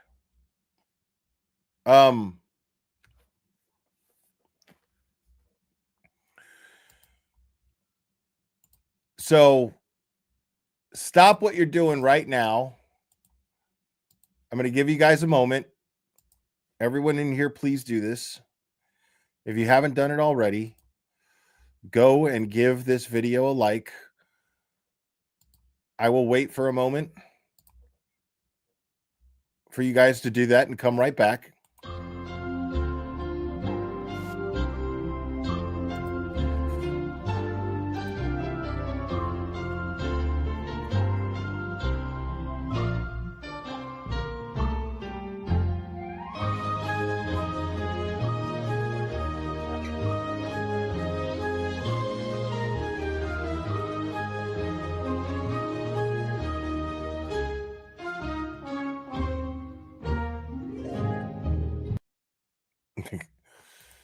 right, there we go. All right, let's And welcome to Justice Serve TV. Oh boy, do we have something special for you tonight? I'm not saying that as a question, that's a statement. It is different. We're going to throw all the normal protocol out the door. We have Alan Jackson standing by. This is not the country singer, right, Linda? This is not the country singer. Okay. Hold on, maybe he wants to be. I don't know. Who knows? Who knows? The night's young. But before we do that, Oasis Cat, one of our JSTV team members, did an amazing job of wishing you a happy birthday, which Microdot's is behind right now, but he's he's catching up. But he's talking about Michael Proctor. Like, yeah, nobody wants to put up with that bullshit.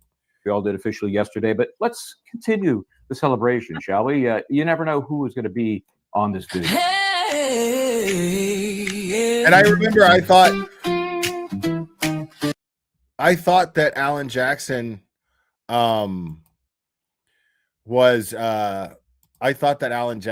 was like, it was funny when I first started following Karen Reed. I was like, Alan Jackson, the country singer? He's a lawyer? What?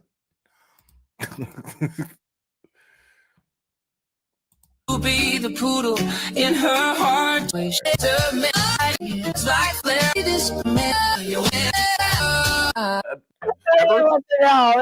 I'm just trying to manage time here, folks. But they are a great channel. Like, I love their dynamic. I love that they really they're very outspoken about Aiden's case. They've become very outspoken about Kelsey Fitzsimmons. They're very passionate people and they're very brilliant. And they've been very kind to me as well. And Michael and her are very supportive of all the boots on the ground people. That's how I met Michael. And just him, giving everybody a voice. Dina spoke very passionately. It was just great. I don't know, but you know what? The reason why we ran that video is because I pulled an Italian mom type of thing. I said to Alan, who I have, even though people think we're adversaries and we don't really talk. I've respected for years. I love Alan. I think he's one of the greatest lawyers I have ever met in my whole life. But I pulled one and I said, "Can you just give me a happy birthday present and come on the show?" So Alan Jackson, here we are. Add you right to the stage and put. That's awesome, man. She said, "Fuck it." She went for it. I love it. Good for her. Because I mean, dude, y'all don't know this, but y'all do know this, but for those of you who don't, Linda represented Phil Spector, the legendary music producer, and in his murder trial, and Alan Jackson was the prosecutor in that case, and technically she won. Like, I'm trying to tell you that Linda Kenny Bodden is a badass. And she's also married to Dr. Bodden, who conducted the independent autopsy of Sandra Birchmore that led to charges being brought onto Matthew Farwell. So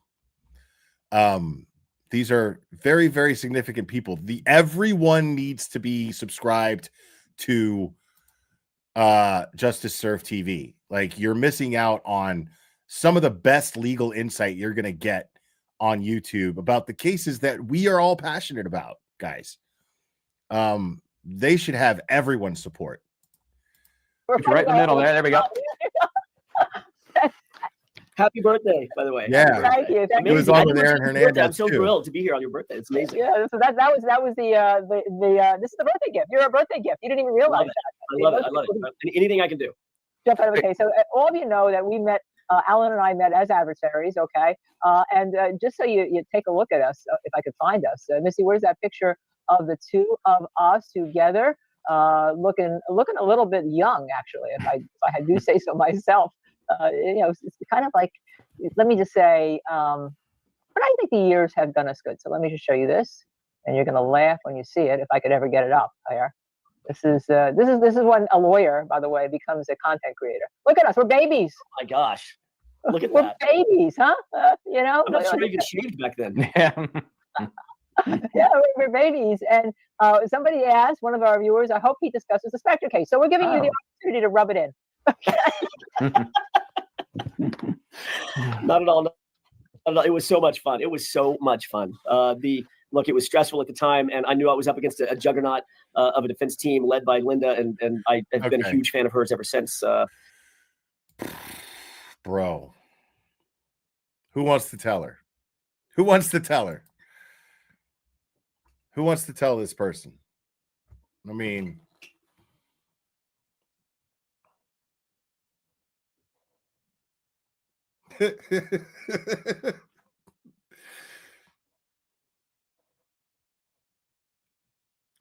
I appreciate that there are new subscribers, but in fairness, you should know what you're subscribed to.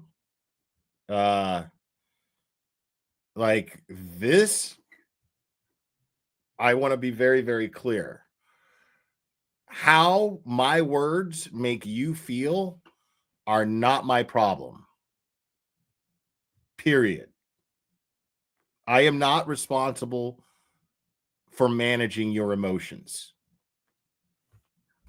And I'm going to be nice in saying that. Like I could use some choice words that most of the time I would use. I'm just not in the mood right now. If I'm being honest, I'm in really, really good spirits because I'm watching Linda and Michael talk to Alan. It's really cool to see this. And I want to go over it. But I'll leave it to the chat to handle that person. A lot of people don't remember. You may not remember this, Linda. You gave your closing argument. I was so intimidated. In California, just to let your viewers know, in California, it's unlike Massachusetts. The prosecution goes first, so I got the advantage. I got to go first, but I also got a market advantage because I got to go last as well. It's bookended, so the prosecution goes first, and then Linda got up and gave her closing argument, and then I had to rebut that or do whatever I could to try to rebut it, and it was one of the more intimidating moments of my career. Linda gave a 6 hour closing argument. 6 hours. I've never said anything for 6 hours. Yeah. Why does that not surprise you? No, it shouldn't. And it was, the thing about it that it was so. Yeah, but Lauren Matthias gave a 9-hour live stream talking about absolutely nothing. So I don't know, man. I wonder if that beats. I wonder if that beats Linda's 6-hour closing argument. Compelling for me, at least, was that she in this the theme of her argument was to really put the prosecution on trial itself, because the prosecution had lost so many big high profile cases, celebrity cases, for years and years and years. The DA's office had a spate, you remember, Linda, probably 40 years before Phil Spector, of these big high profile cases, losing one after another. And Linda used this sort of celebrity conviction motive on the part of the prosecution, us, as the machine that chugged through her entire closing argument. And she paraphrased it by talking about the determination that we had to get a conviction rather than to seek justice. And it was brilliant as a defense. Listen, look at Linda just being a fucking boss as Action Jackson fucking tells the world how badass she is. You know what I mean? I fucking love it. Attorney, now I look back and realize the pithiness and the brilliance of that argument. It was fabulously done, and I knew I had my work cut out for me in the rebuttal. Yeah, and I've never said anything for 6 hours myself either. And Alan knows I was really sick. I had come off pneumonia, and I almost died, and I was really sick. And I'll tell you a little secret I never told anyone before. The last 3 pages, even though it was written, I had not practiced the last 3 pages because I was so sick the night before being still up. And so I just had to wing those last 3 pages. I have them somewhere, but I don't know what they said. Yeah. Right. We did use the word government, which of course you use all the time too. Right. You know, a lot of it is like in the government versus the state. Who won? Well, I got a hung jury, and then Alan won against. When I was on, Alan won the second trial. But he also had to go through the second trial. I had 6 months of jail. He had like a year of jail. You know? Right. Yeah, it was crazy times. Well, happy birthday in any event. I'm so thrilled that I get an opportunity to spend a little bit of time with you on a celebratory day. Yeah, and so we're going to celebrate. We're actually celebrating you a little bit. I want to bring you back to Karen Reed, too, just a little bit. We're not going to really talk about the trial, but I did have a reaction at that time to your closing, and I want you to see it so people know that this is not made up. This fandom that we have is not made up. Missy, could you just run it? It's about a minute long. She has the asset. She has this asset. as we say in the soon to be business. There we go. Oh wait, no. That's the wrong clip. That's the wrong one. This is the right one. What could be more egregious? What could be more misleading than that? And what could be more important? Just kidding. we love Did you Bob. ever say to yourself, this is justice? The fact is, there was no collision. A car did not kill John O'Keefe. So I ask you, let your voice be heard, not in whispers, but in truth. Let the community feel through your verdict that justice cannot be bent and that it will not be buried. Find Karen Reed, not guilty, not guilty, not guilty. Thank you.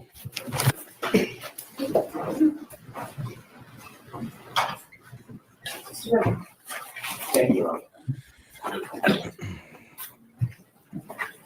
Wow, no break between Hank.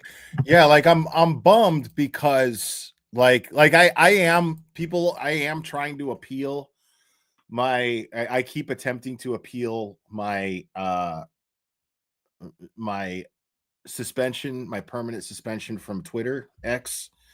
And the only reason I'm really doing that is because there are so many people on there that I use that to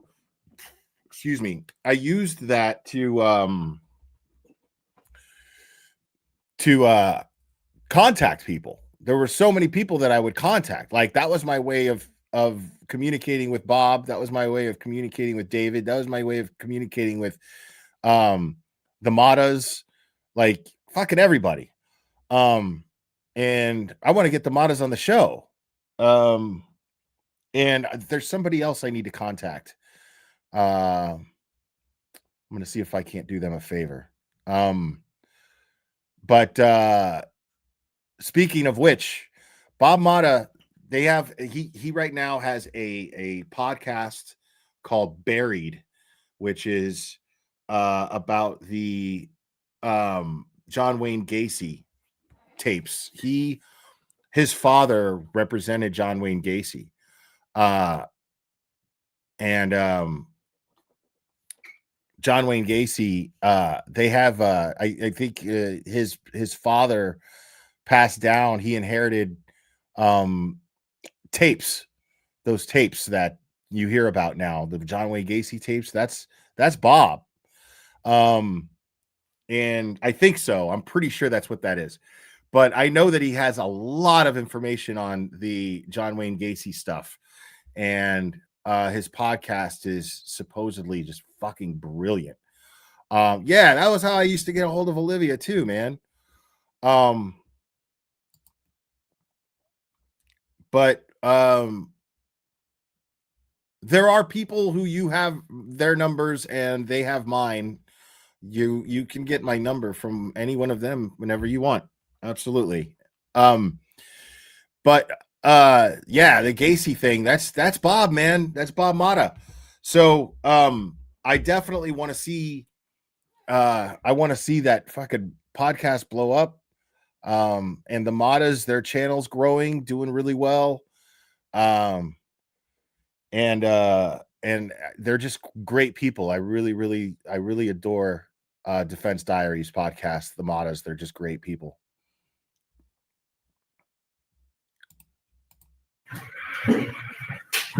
Now we know why no collision was 3 times, because the not guilty is 3 times. This was a brilliant, bone-chilling closing by AJ. John O'Keefe. There we go. See, at the time I said it was a brilliant, bone-chilling closing by you, and I later said that it's the best closing I have ever seen in my career, which I'm still doing a lot of civil work, even though we have this little side gig at night. But simply, this is so cool, bro, because this is like, dude, this is like fucking, like, if you're like an NBA fan, this is the equivalent of like sitting around and like watching, you know, Michael Jordan and Charles Barkley sit around and fucking talk about, oh man, when you played this game, the way you moved and the way you fucking the points you scored in that game were fucking amazing, blah blah blah. And like just hearing them talk about how much they admire each other's work would be fucking cool to listen to. This is fucking cool. This is what that's like for me. Alan, you were just remarkable under what I think was incredibly difficult circumstances with a judge who, in my opinion, you need to comment, who for some reason disliked you, thought maybe you were lying to her, and then you had to sit there and defend your client, and boy, did you do that. And I said that any attorney always has to be willing to, like, go to the Hooskow, and you were willing to do that on behalf of your client, and that's what I so admire about you. Not only are you a great lawyer, but you have a great commitment, you have a great heart, and you have a great soul. Thank you. Thank you. That coming from you, Linda, one of the best I've ever seen. I take that to heart. That's a very, very warm compliment coming from you. I appreciate that. The best lawyers in the country, the best lawyers in the world are plagiarists by design, right? We see other lawyers do their job, and you try to emulate as best you can while bringing your own design to the courtroom. Nobody can ever, I think the jurors can sniff out somebody who's fake, but you certainly take the advantage of seeing great lawyers in situ and in different situations and draw from that as much as you can. And I certainly learned an enormous amount of by watching you and trying that very, very, very prominent case against you on national television. So it was a big deal for me to be able to see you at work. And I know I learned a ton from that experience and hopefully drew a little bit from it and was able to employ it a little bit in Karen's case and other cases. Yeah, you're very gracious. So let's talk about Karen's civil claims. And I know Michael Bryant has some specific answers because I know you have at least 10 defendants right now. There may be another one. And we've been trying to educate people here about Monell claims and try to explain what they are because we figure if we educate here, maybe a judge will see it, especially a state court judge who has no idea what a federal claim is, what a Monell claim is, what it means. And also, I know Michael has a question, and I'm going to open the floor. One thing before we jump into that, one thing I say about the civil case, Alan, is I just hope I'm alive if it ever goes to trial. It is such a long process. Yeah. Those of us who've done more civil than criminal, you get used to the boom, boom, boom of criminal, and that ain't the case here. But before we get to that, and I want to dredge up all the stuff. God damn, Michael, that was dark. Michael's like, I hope I get to live that long. Michael said, Jesus, man, I know that these civil trials, man, they take a long time to happen. I hope I get to live that long to see it. Jesus.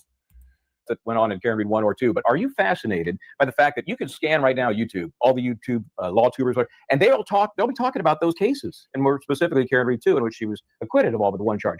What's your take on the fascination people have with that case? Even now, we're 3 months out, not focusing on the civil case for the moment, but just how the minutia of that criminal case seems to fascinate people from day to day. It just doesn't seem to end. I think probably I've been asked that question a lot. I've thought a lot about that. We've all noodled on that. Why the Karen Read case? Why was that so fascinating? Why did that become sort of the fabric of comment in the internet community and the community at large? And my best guess at that is the yeah, Olivia, I gotta agree with you absolutely, because I mean he has kind of verbally expressed it. Just even in when somebody brings up Beverly Cannoni to him, he goes, oh, yeah.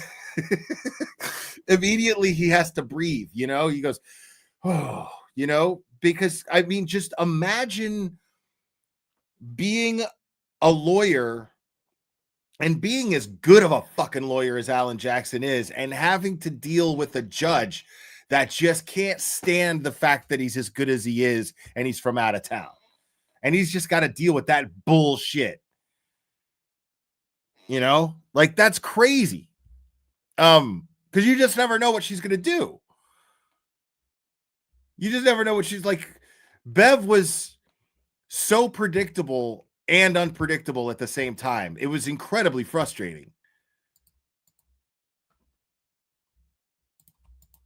This could happen to anyone, sort of affect of it. Karen Read she wasn't a celebrity. She wasn't well known. She was certainly not sort of nationally high profile or even locally high profile. She was a young woman who went to work every day. She did her job. She went to the university and taught her university class every single night. She had a regular family. She was raised in a regular town. She had a lot of friends. She was she had a very normal lifestyle. There was nothing out of the ordinary about her. I would suggest, now that I know her very well, she wasn't. I would never call her average. She's an incredibly bright young woman, incredibly intelligent. That's something that just sort of you get that within the first 5 minutes of knowing her. That she's got a level of intelligence that's very extraordinary, not ordinary. But her lifestyle was very ordinary. So I think a lot of people looked at this and said, "Jesus Christ, this could be me. This could be my sister. This could be my next door neighbor." Like there was nothing that focused anybody's attention on her specifically. And yet, she goes out for a normal night with her normal boyfriend. They have a normal evening. They have a normal number of drinks, especially for Boston. It's a drink in town. They went out and they got to a location. John gets out of the car and never comes back. And then boom. I mean, dude, when I'm in Boston, man, like I'm drinking a lot. I am. It's just we're always going out somewhere and meeting. Like if I'm not meeting up with Aiden, I'm meeting up with Mark, or I'm meeting up with, who knows? Like there's always, it just is what it is, it's just how it is. The guillotine drops. Her life changes completely. The fact that he never came back out of that house and she went on about her business that evening, that's when she didn't realize that things were changing momentarily, almost instantaneously. And she wakes up the next day and everything is topsy-turvy. She felt like she was in Alice in Wonderland. She had gone down a rabbit hole, didn't realize how to get out of it. And then as the revelation started to come, we just kept, part of what I think the fascination is that we made a determination early on as a defense team. We were going to keep our foot on the gas. We were never, ever going to just take what the government said at face value. Yeah, I think, and I get it, man. I get it.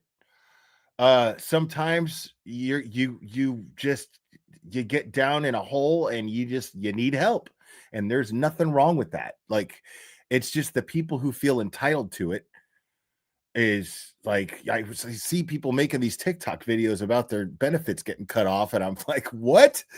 It's so crazy. They'll sit there and be like, oh my God, like, how the fuck I'm supposed to get a job? What the fuck I'm supposed to do? Get a job? Like, that's a crazy notion. It's so wild. We didn't feel like we could. Anything they said, we checked. Anything they suggested, we verified. Anything they intimated, we double checked or double verified, and had to find out for ourselves. And lo and behold, the more we looked under the rocks and around the corners and in the shadows, the more we realized nothing they're saying makes any sense. Nothing they're saying is true. So it couldn't be verified. There was no truth to what they were saying. There were overt lies, abject lies, total lies, in things like declarations and affidavits and things of that nature. So as it began to unfold, I think the community's fascination with, well, what happened to this poor police officer who ended up dead in a somebody's yard? What does that have to do with us? Well, the fascination became, well, it's a paradigm for it has everything to do with you, because it's a broad-based cover-up for something that could have happened to any one of us. And what the community latched onto was the realization that this is not a one-off. It's not just Karen Reed. There are many Karen Reeds in the past in the greater Boston area that have been subject to this kind of corruption, and nobody seems to want to poke that bear. Well, we poked it. Yeah, you did. Yeah, it's the area I call the Triangle of Terror: Stoughton, Canton, Dedham. And I used to suggest that the Karen Reed case was really a symptom of a much bigger disease. And you guys have done all the shining of the light on that, and that's why the community support is so strong for it. And people can't seem to get enough of it. So with the civil trial at least looming, we know the answer was filed just the other day. What's the deal with the likelihood of bringing in third-party defendants? Where are we? So as we indicated to the judge, that's our intention. As a matter of fact, it's more than our intention that we're pretty much putting the final polish on that. I don't want to give away the farm yet. We'll have that probably filed within the next, I would count it in days, if not hours. It's going to be very soon. There's a lot of very, very smart folks who have been putting a lot of their best efforts into it to make sure that document is highly polished.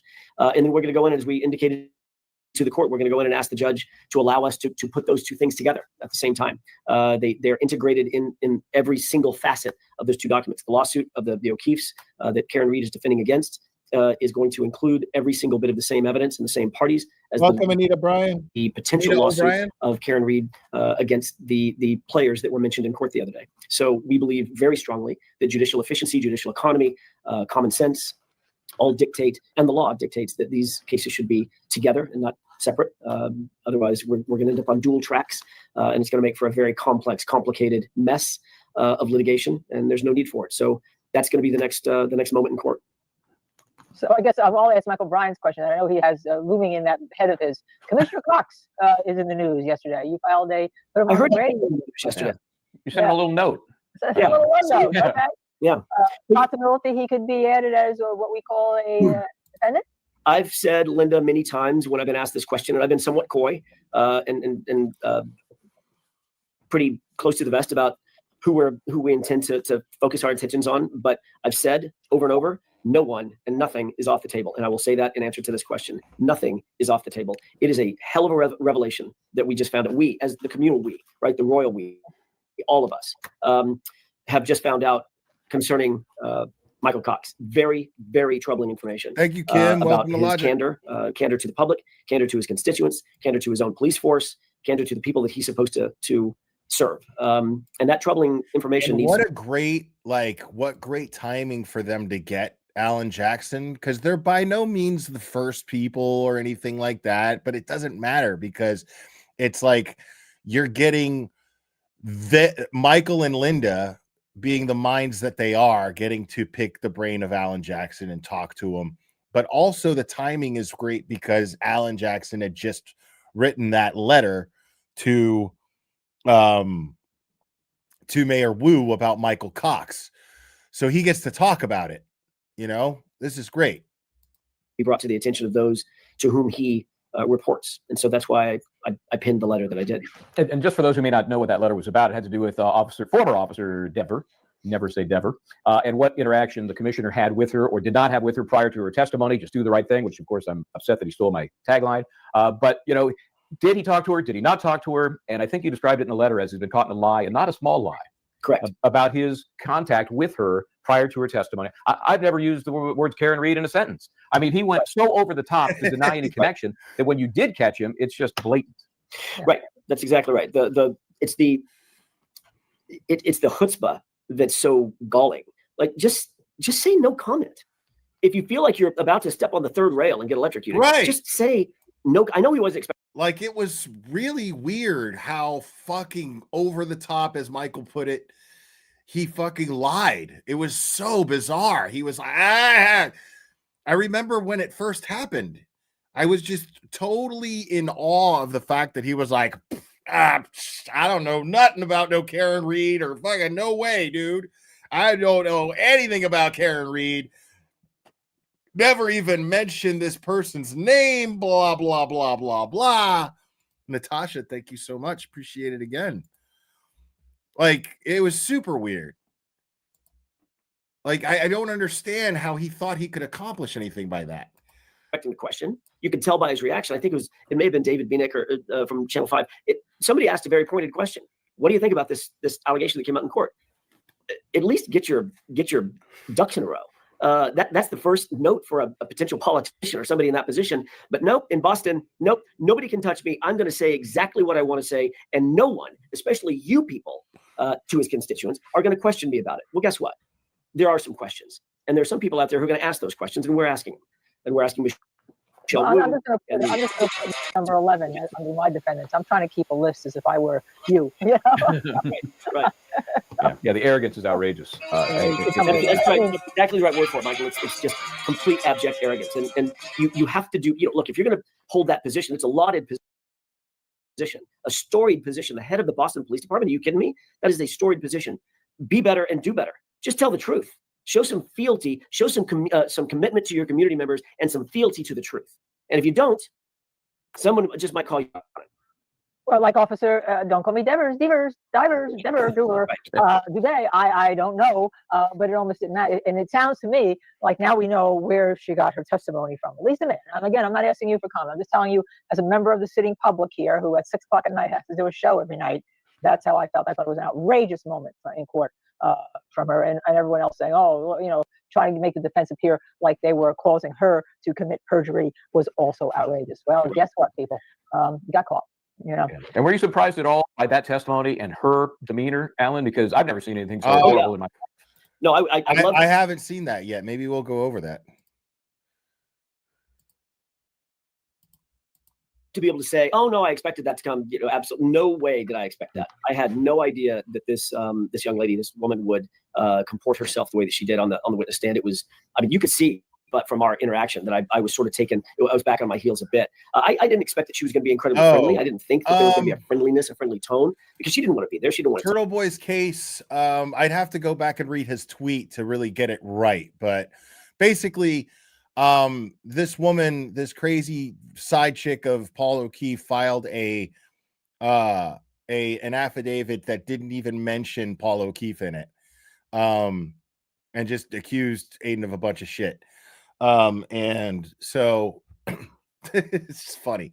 I mean, it's not funny that people just keep coming after him like that, but it's insane that she would even do that.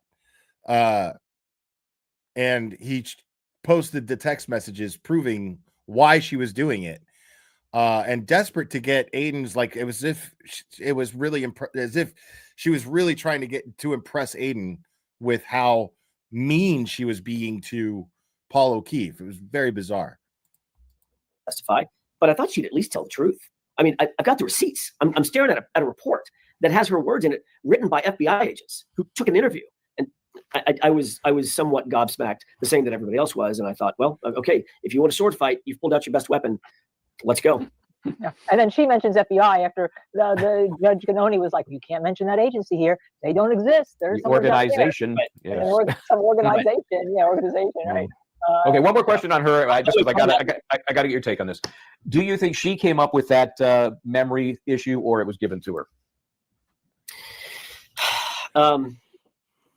It was so outrageously stupid. Quite frankly, I'm looking for a better word, for a more educated word. It was just dumb to try to say that you have you're sitting on a witness stand as a professional witness. That's what you do for a living. You're a professional witness. Yeah, that's exactly right. I mentioned that whenever there's a cop on the stand, that's what they are. Everything regarding a cop and what they do is supposed to be prelude to a trial, a potential trial.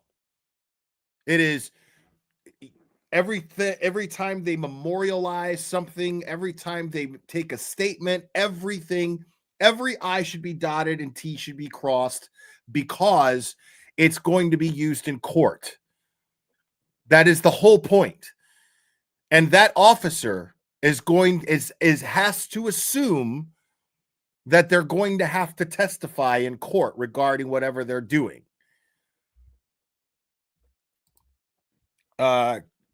Curious Liz, thank you so much. Commissioner Cox went full Bill Clinton. No difference between I never met her and I never had relations with that woman. Right. Right. Yeah, I remember people comparing it to Bill Clinton back then when it happened. That shit is pretty accurate. Yeah, thank you.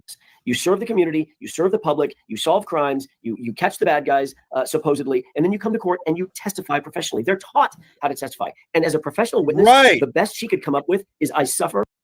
Yeah. I like, she was so combative.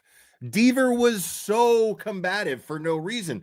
And they teach you, I talked about this before, they teach you in the fucking police academy that how you're supposed to testify in court.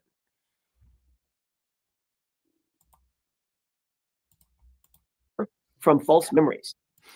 What? False memories. Linda, your look, that's exactly the look. I wish I had been able to do that. Like, but I'm standing with a camera in my face. I got to act. I got to comport myself. I can do this. You can't. Couldn't do it. Yeah, exactly. So I thought, wait a minute, did I just hear you correctly? You suffer from false memories? That's your excuse? So no, I was not expecting that, Michael. Well, and then of course you nailed her by saying, that's your reputation, right? Your job is to testify in these cases. And of course, everybody at that point knew. Missy, can you pull up the video of me saying that? No, everybody knew that she's done. This girl is done. She will not be a cop. She may be a target security guard, but she's done. And sure enough, she's done. So I think I know. Someone says, you remember what I called her? I can't say what I called her right now. This is a family show tonight. We're not trying to do family, but I did have some choice words for her because I could, and I think that helped. That helped in a way because there was all this collectiveness out there of podcasters and streamers, because the regular media wasn't really covering it. That had a collective sigh and a collective calling her out, and I think that also We had a swear jar for Linda, is what people are saying. Yeah, I was Right. absolutely.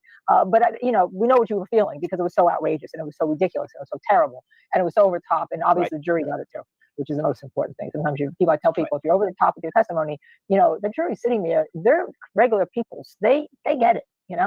They're far from stupid. I've often said, I say to juries a lot of times that in a closing argument, that if the average age on a jury is some 40, 42 years old or something, there's 550, 560 years of living experience sitting in that box. You're smarter than any one person in this courtroom, including the judge, bless his or her heart. I never underestimate the cleverness, the brilliance, the thoughtfulness of a jury. The minute you underestimate that, that's the minute you're pretty much cooked as a lawyer. And I thought the same thing with her. I take no pleasure. I don't take any joy in, I like a good battle like any lawyer. We're all A-type personalities. We get into it. I get it. But I take no pleasure in somebody's demise. And I knew that she was circling that proverbial drain during her testimony. And I thought, you can stop this. You can stop this. I'm trying to help you stop this. Just knock it off and tell the truth. Say what you saw, say what you heard, give me your percipient witness perception of what happened and what didn't happen. And she just wouldn't. So I don't know where it came from, but you can only take it so far. I knew the jurors were not going to buy that. It's not something that I had to worry about. Yeah. So every case you go into is another high profile case. Frazier Bohm, Frazier Michael Bohm, since we have a Michael on the panel here, 22 years old, 2023, charged with 4 counts of malice murder. Okay, I'm going to take you off the hook here for a second, Alan, before you comment. And I know you have your colleague who's here to talk to us about this. Looking at this from New Jersey, New York, I look at this case and I know we have 4 young people who died. But I'm going to say, maybe I'll get a lot of hate mail from this. I think this case is incredibly, ridiculously overcharged. Okay? All right. So with that, I'm going to start turning this over to you and the other Michael on the panel. Linda, let me tell you, Linda doesn't give a fuck, dude. I love that about her. She doesn't give a fuck. Linda will, Linda worked on Casey Anthony's case on her defense team, and she'll still maintain that she thinks that Casey Anthony is innocent. You know what I mean? Like, the true crime community does not fucking like that. But I look at it like, I'm comfortable in my belief that she sucks and that she's guilty and got away with it. I'm very comfortable in my belief. But the thing is I'm not going to shake a stick and argue with Linda Kenny Bodden about it. She was there. She I mean, not during the crime, but she worked the case. You know what I'm saying? She went over. It was her job to analyze all of the evidence. It was her job. Like, this is not, and she's not just some fucking flake, she knows what she's doing. So, I mean, but yeah, people didn't like hearing that. I was on panel with her and I was like,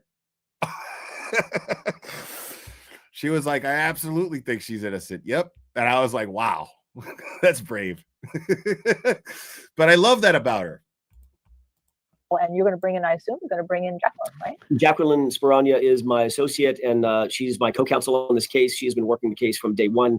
She knows everything there is to know from top to bottom about this case. And so I thought it made sense if we're going to discuss the case, to have her come on board and visit with us about it, so she could add her opinions about it as well. And that's badass, bro.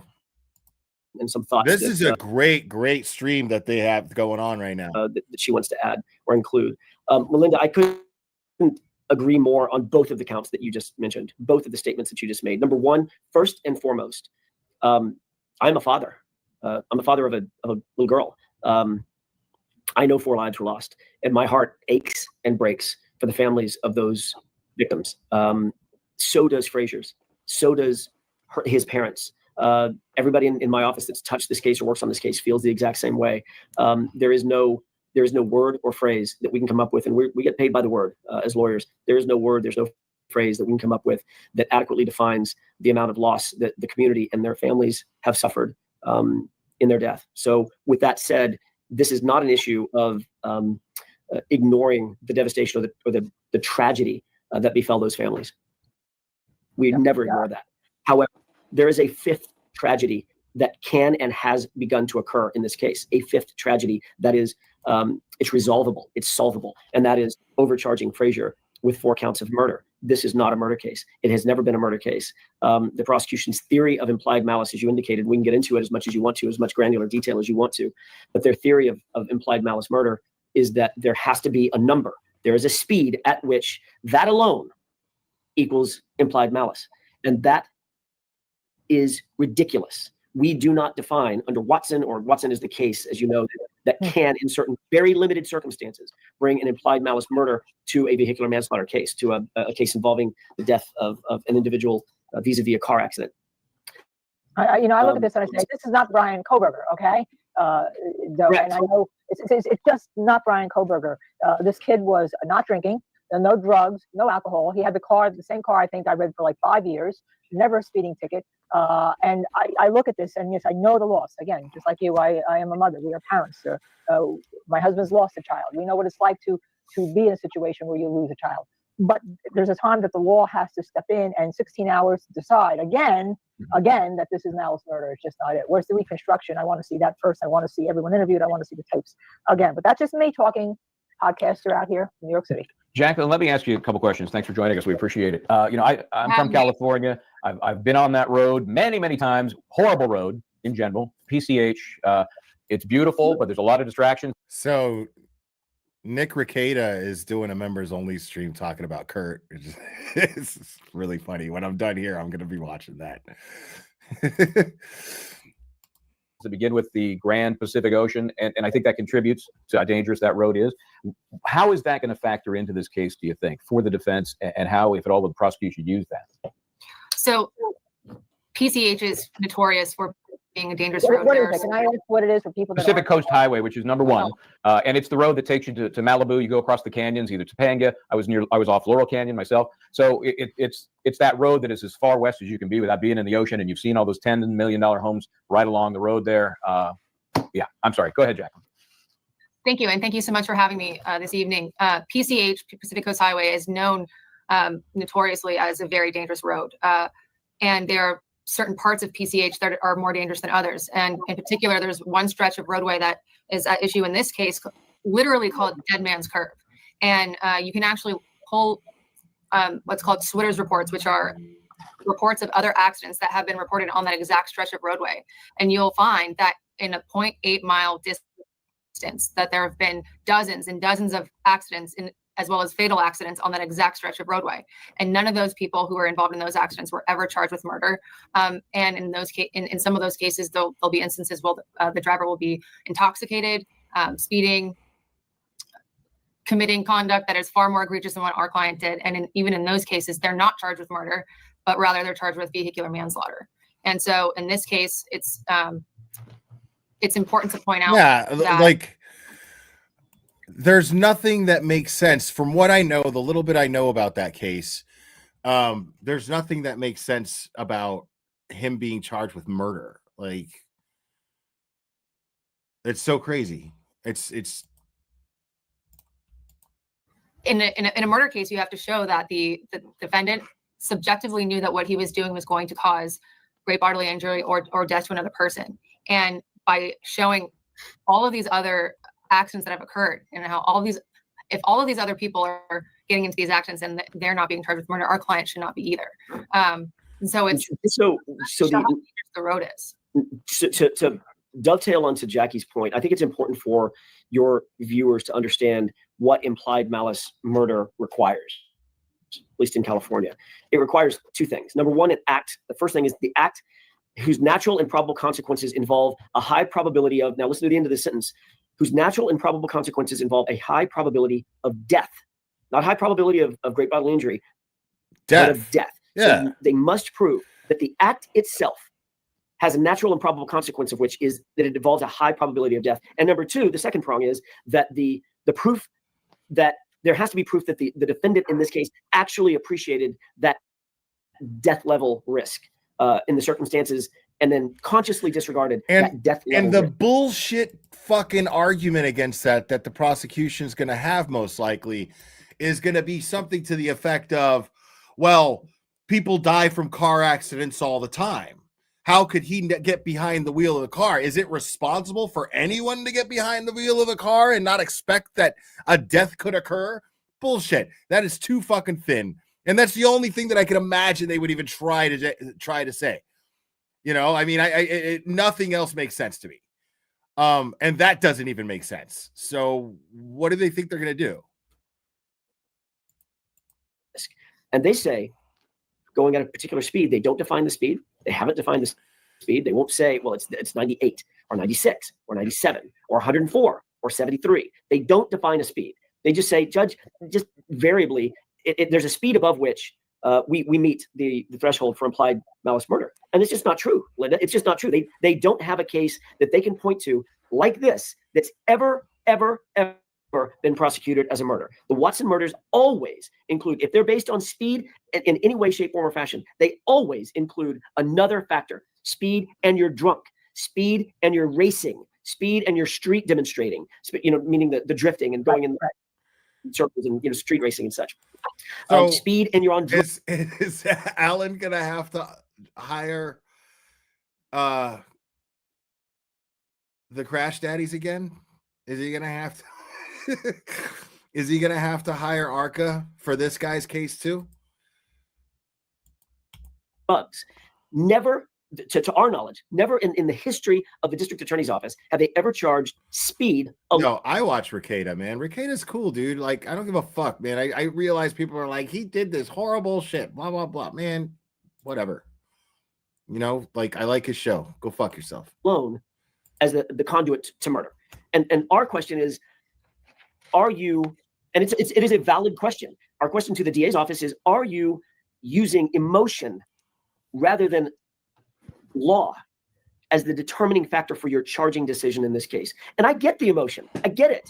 There's a reason, and I've said this before, there is a reason why we don't allow in this country private prosecutions. Back in the old days, back in England, before we came to this country, before we had a constitution, there were such things as private prosecutions. You were lord of a manor, someone offended you by stealing a horse or cattle or something, and you got to prosecute that person. Well, the reason we don't allow that is because it necessarily involves bias and emotion, and it takes all objectivity away. And I fear that in this case, that objectivity has been lost because of the devastating emotion of the 4 lives lost, which are devastating. But the two things you can't try a case on emotions, bro. Like, you can't try a case based on how it makes people feel and based on the suffering of loved ones of the victims. Like, you can't try a case based on that. Like, that's not fact. On separate planes. One is we grieve and are horrified by the loss and the devastation for these victims and these families. On the other side of it is, what is the conduct that we are criminalizing? It is not murder.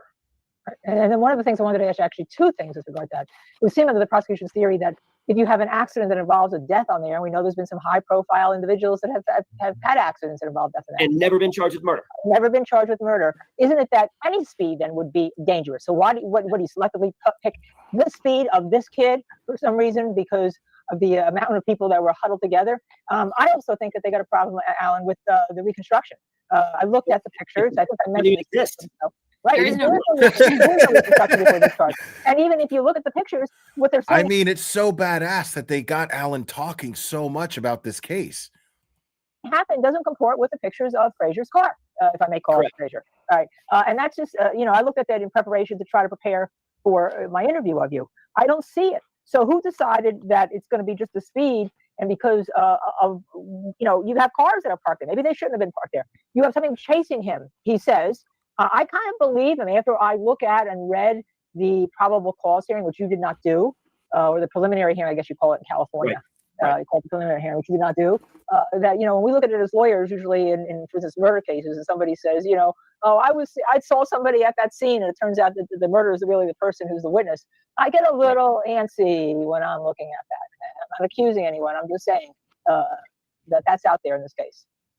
Yeah, I agree. I think that the question to your the answer to your very pointed question is, who did the reconstruction? Nobody did the reconstruction. We've gotten all the evidence. They never did a formalized reconstruction. A reconstruction, an accident scene reconstruction, vehicular homicide reconstruction is a very, very, very specific thing. It's a specific animal. There are professionals out there who do it. That's gotta be fucking scale, bro. Like, you're going to do a reconstruction of, if your job is to prove beyond a reasonable doubt that somebody fucking killed somebody with intent, murder, you would better fucking, like, if you're going to do an accident reconstruction, that shit better be fucking detailed to every single fucking little detail. Like, there's no, we're talking about someone's life here. We're talking about proving that 4 people lost their lives at the hands of somebody who tried to do it on purpose. I mean, you charge the guy with murder. Like, that means that the dude knew he was going to kill somebody, or knew that he could kill somebody by doing something that he shouldn't be doing. Dude was driving. Maybe he was looking at his fucking phone. Who the fuck knows? But that's not a murder charge. That's vehicular manslaughter at best. Protocols to follow. There are formulas to follow. And none of that was done in this case. I think what happened was, like I said, I think emotion took over. They had these 4 young ladies who were deceased. They had a young man who they could say, they could put him behind the wheel. And they said, King's X, you're done.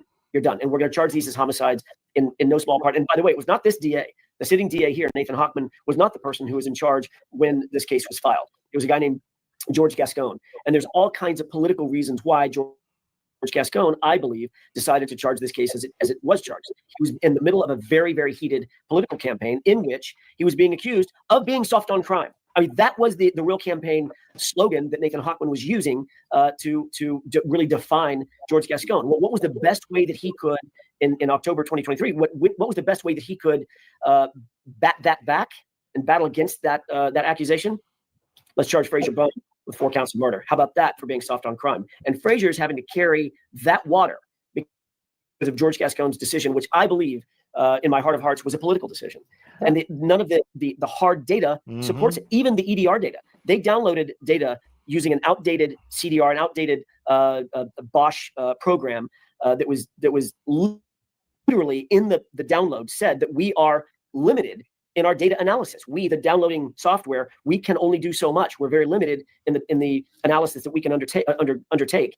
And that's where they get the speed that they claim was 104 miles an hour, which they now are sort of questioning because their own expert at that probable cause hearing, the preliminary hearing, admitted that when the wheels come off the ground, that can badly distort that very EDR data that they're now relying on. There's lots and lots of problems with this case that could have and should have been resolved by the prosecution, by their own investigation. But now we're having to do that, and it's coming at extreme cost to us, not just financial cost, but just labor cost for us to do. But we're going to do it. Right. Yeah. And then and then you're going to fucking cost the California taxpayer by prosecuting this fucking sham fucking millions. And they're not even doing it right, apparently. He's like there's no accident reconstruction taking place here. Fucking blue paint dudes did apparently a better job. I mean, they at least tried. Detect fucking Trooper Paul at least tried.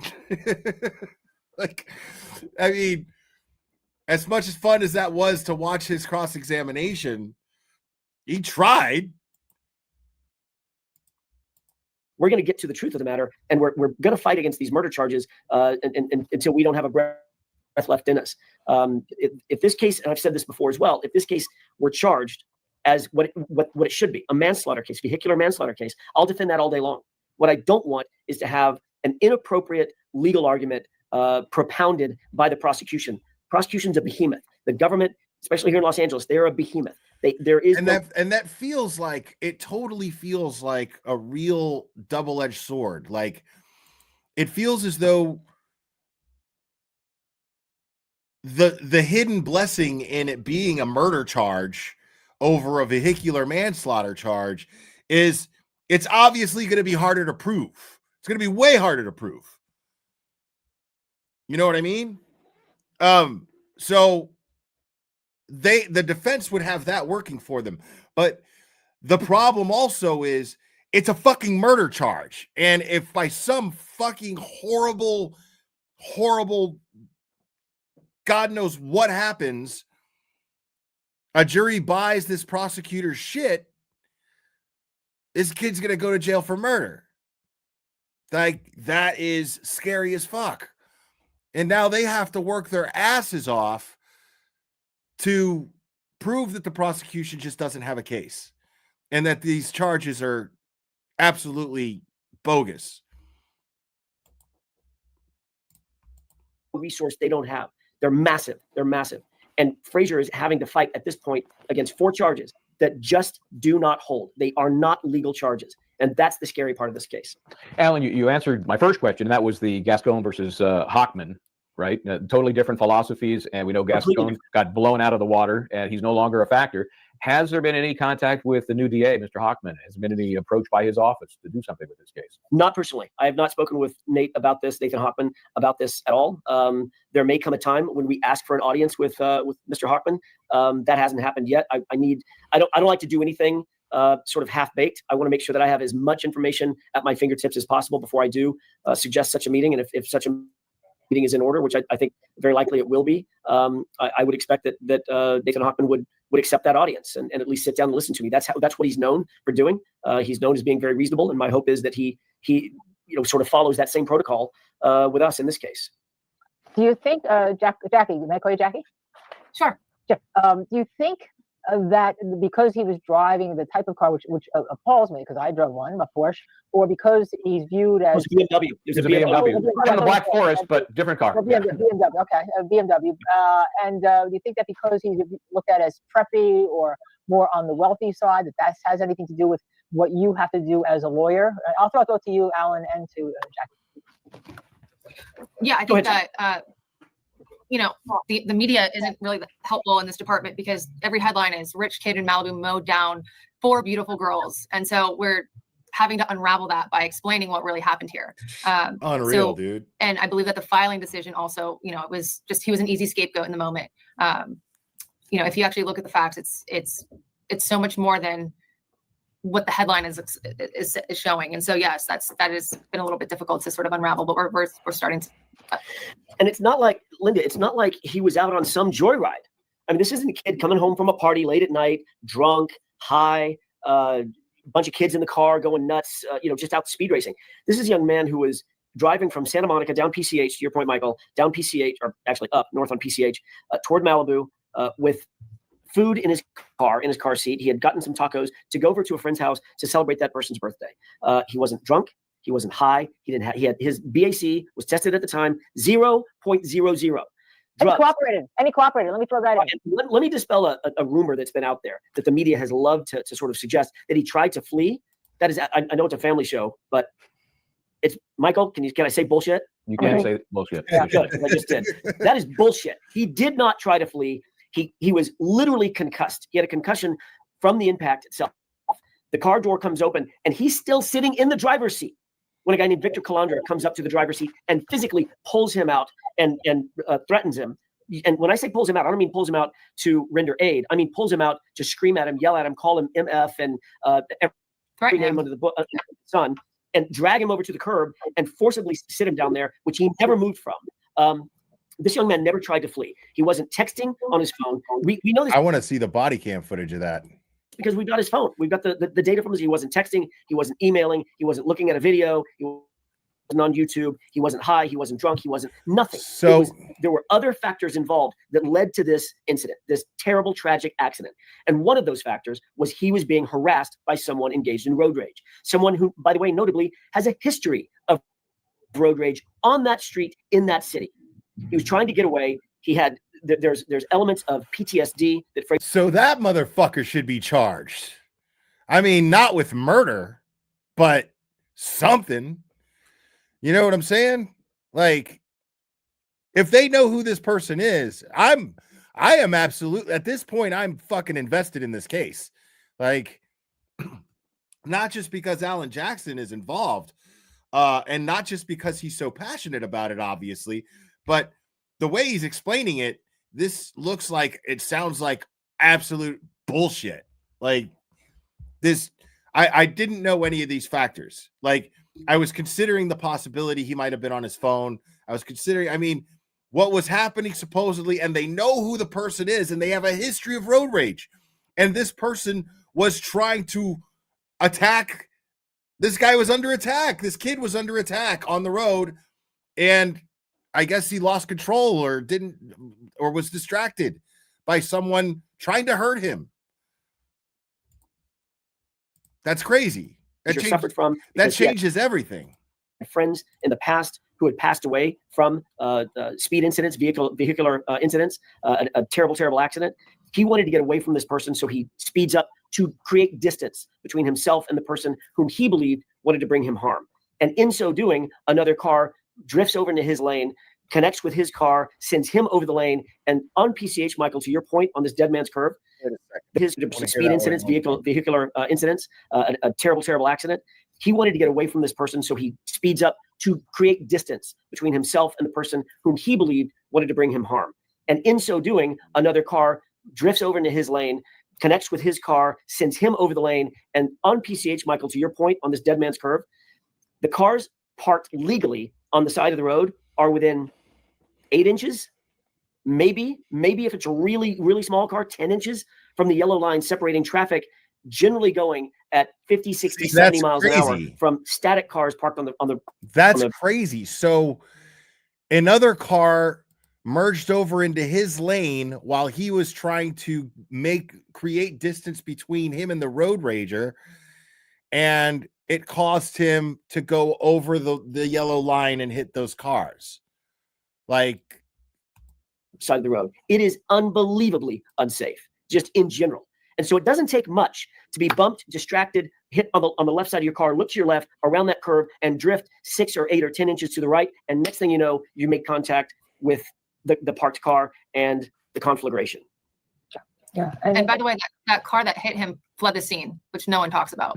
Well, we're talking about it tonight. That's why we wanted to have you on to discuss this, because as I said to Alan today, as I was talking to him, I looked at this and I see massive issues here, and yet I still see a tragedy. And you can have both. You can have a tragedy of 4 deaths and a tragedy of somebody, as we just discussed, being wrongfully charged. I mean, we see it all the time. We see wrongful convictions all the time. Just because somebody died, you have to get the right charges if you're going to charge somebody, and you have to have a crime. Sometimes it's not even a crime. Right. Correct. Jackie, let me ask you, because this is so important. We're talking about the charges, murder versus manslaughter. That break it down for us. Give us the numbers. What are you fighting against here with the difference in these two charges? I mean, he's facing 4 counts of 25 to life on the 4 counts of murder. 4 life terms, 4 consecutive life terms. Versus a more appropriate manslaughter charge, if there is going to be a charge, which is what is it in California? I forgot. 5 years? It depends on the level of manslaughter. There are different types of manslaughter, but it would be a determinate sentence in the range of anywhere from. I mean, look, there's misdemeanor vehicular manslaughter as well, which by the way necessarily includes the death of another human being. Misdemeanor manslaughter, any manslaughter includes the death of another human being, and the legislature included that. So it could be anything from a year in jail to 16 months, 2 years, or 3 years, 2 years, 4 years, 6 years in jail. It's a significant difference depending upon the evidence and the facts that are brought forth, and then what he's ultimately convicted of. It's a massive, life-changing difference fighting a manslaughter case than fighting these murder charges. The murder charges, his life is over. He goes to prison for the rest of his life. Dies in jail. Right. And there's some people that will want that because they'll look at, as you said, the 4 deaths. But you have to look at, you're in the criminal justice system to do right by everybody. To me, the fact that he has no drugs, no alcohol, is huge to me. It is absolutely enormous. No prior warnings. He had never had as much as a traffic ticket, let alone a speeding ticket. He never rolled through a stop sign. No intoxication, no prior warnings through the court system. Watson was built on the premise that a person who's been warned through the court system, because they've got a prior DUI, they've got a prior accident, including a great bodily injury of an individual, injury to other human life, et cetera. They've been warned and usually prosecuted previously, and then they go out and do it again and completely ignore the risk and do the same thing again. Dude, Gavin Newsom let his state fucking burn. And this kid's being charged with murder. That's wild. That's when we can up the ante under the Watson case to murder. But in this case, none of that exists. No intoxication, no speeding, no braggadocio or defiance, after the fact, which some of the cases have, who cares? I was just speeding. It's no big deal. And they ran over someone in a crosswalk. Like, those kinds of facts don't exist here. And we don't even know We don't even know if the speed exists. Everybody speeds on that road. That's not the issue. Everybody speeds on that road. I was on that road this past weekend for a drive with a friend of mine, and I was getting blown off the road by people speeding on that curve, that 0.8 of a mile curve that Jackie was just talking about. It looks like Treasure Bowman is in great hands with both of you. No doubt about that. There's absolutely just unbelievable. But before we let you go, okay, because we know what's happening, Michael Bryant would like to speak to you about. I got an issue. I've got an issue. I took a screenshot from China TV because I don't want to get dinged for any on YouTube for any copyright issues. So, Alan, you're a Dodgers fan. You said you were at the game last night, so God bless you. Good for you. I was just curled up in a fetal ball on my bed up till 3 a.m. when it finally ended, really wondering, okay, just shoot me now. When is it ending? It's I know it's going to happen. I'm a San Francisco Giants fan. I know the Dodgers. I know their operation. I know they have a massive payroll, which doesn't get talked about enough. It's the best money can buy. Okay, so you got 7-8 guys that can all hit a dinger and end this thing, and yet it would not end. It was brutal. How was it for you being there?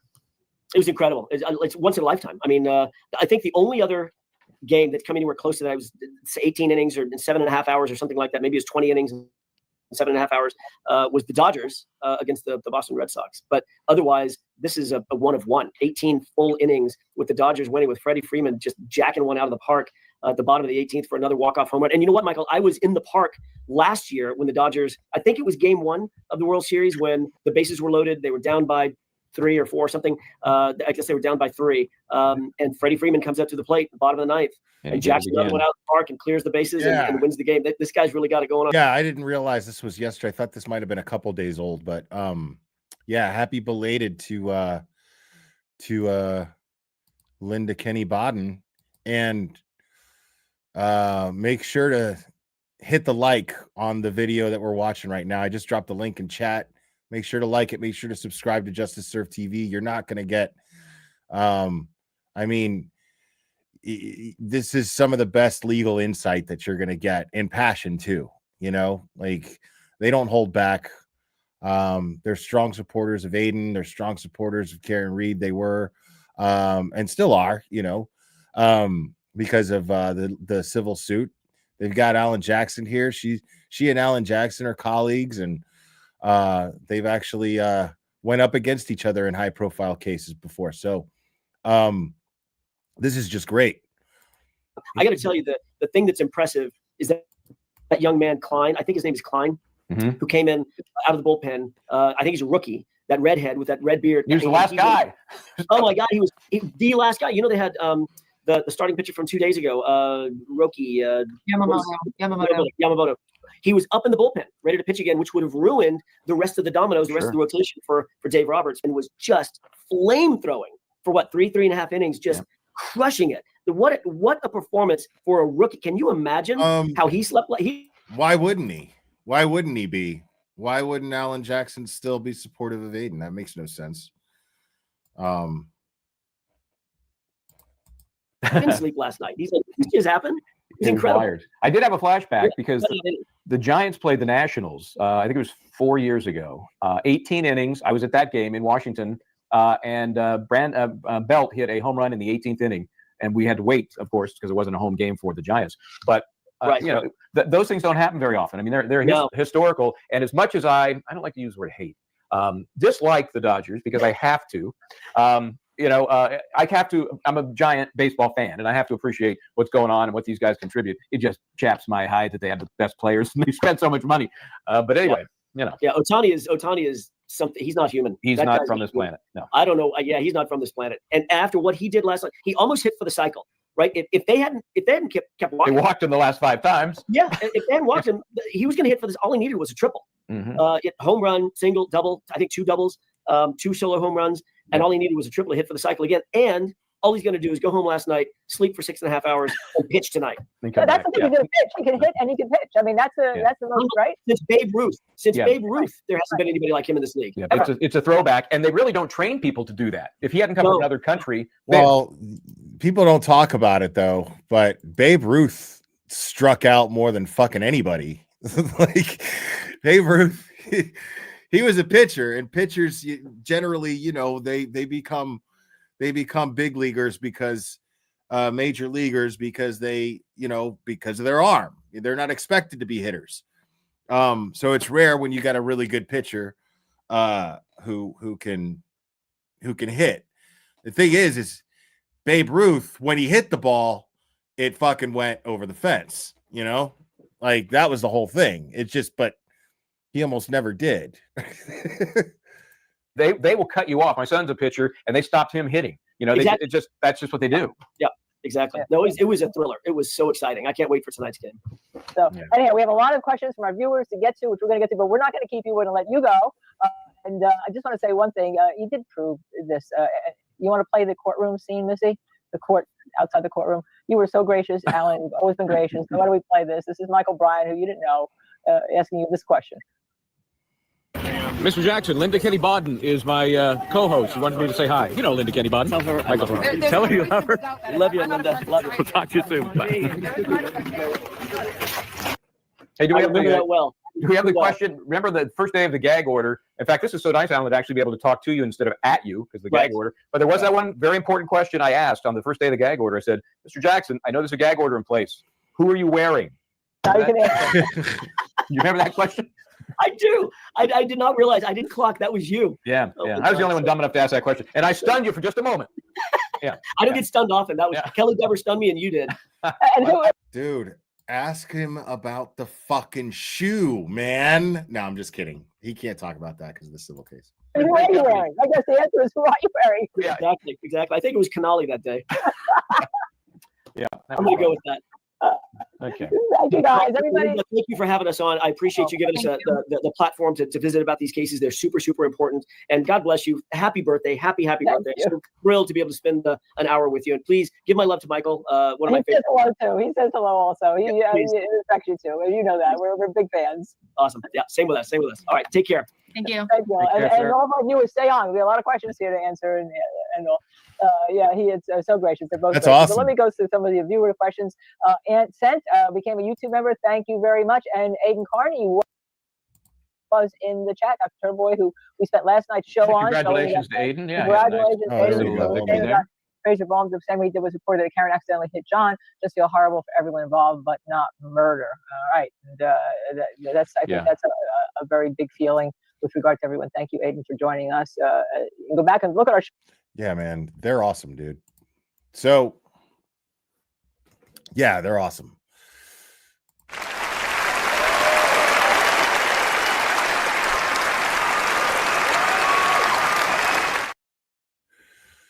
Well done, Justice Serve TV. Make sure to subscribe to them. Make sure to like their video, guys, if you haven't already. I don't know, man. Maybe I'll take a couple of calls while I'm still,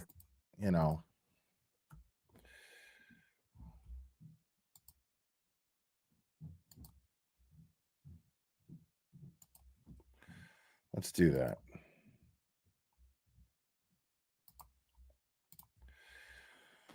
Let's do that. Phone lines are open. I'll take one or two calls. We'll see what happens here. Yeah, no, that was very instrumental in getting me more interested in this Frazier case.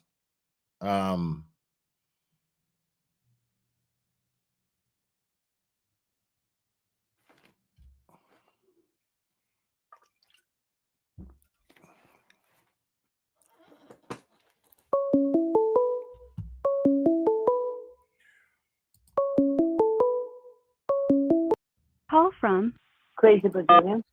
You're on. Who am I speaking with?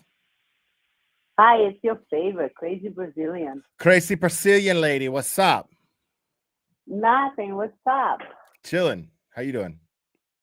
I'm good. I'm in Florida. I love it. I'm so glad I'm not in the freaking Massachusetts anymore. I'm so done with that state. I'm so happy. Oh yeah, yeah. You getting Thank any? God. You getting any weather from that hurricane, Melissa? No, nothing.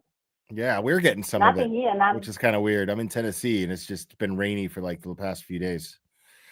I'm in South Florida, and it's 85 today, and it's humid, but no rain, nothing. Yeah, never again. Like, it would take a lot to get me to move back to Florida. Like, I don't know, Will. Yeah, like So far, so good. I'm happy. I'm very happy here. yeah, like J-Lo would have to like want to marry me. That would have to be it. Ew, she's crazy. She's a little crazy. J-Lo, that's your little heart going for? No, it's just the first thing that came to mind. Oh, okay. Not really. That was kind of disappointed. Not Like, really. J-Lo, it's almost I don't know like anything about her. LG. Yeah, I don't know anything about her. I know she's just got a nice butt. That's about it. Now makes sense why you and Soda Boy are friends. You both like crazy. Most men do. Just is what it is. I know. That's why my name is Crazy. That's why my husband is still marrying me. Right on. Yep. So I've been chilling out for 2 weeks. I tried to call. My blood was really heated up. I don't know if you guys gonna hate me, and you're gonna hate me, and you can hang up on me, but I'm gonna say I regretted every penny, every money, every argument I had a fight with people online about Karen Reed, and I'm sorry. I'm done. Why? I'm done with Karen Reed. I'm very disappointed. Yeah, but what does that have to do with? I mean, obviously you're I probably believe she's innocent. I believe she's okay. innocent. I believe she didn't. So why do would you anything, why would but you I regret don't- arguing that fact? I don't regret a second of it, and I would No, still I do it. don't. No, I understand it, but the way that she's acting right now, I don't like it. It's dirty. It's filthy. I Yeah. don't like it. If she wants to speak up, Karen, you're innocent. You can speak up. You don't have dirty rats to say, what are you thinking? How are you thinking? And I'm very disappointed and I'm pissed off. Yeah. Sorry, Will. No, I'm very pissed off. I'm pissed off.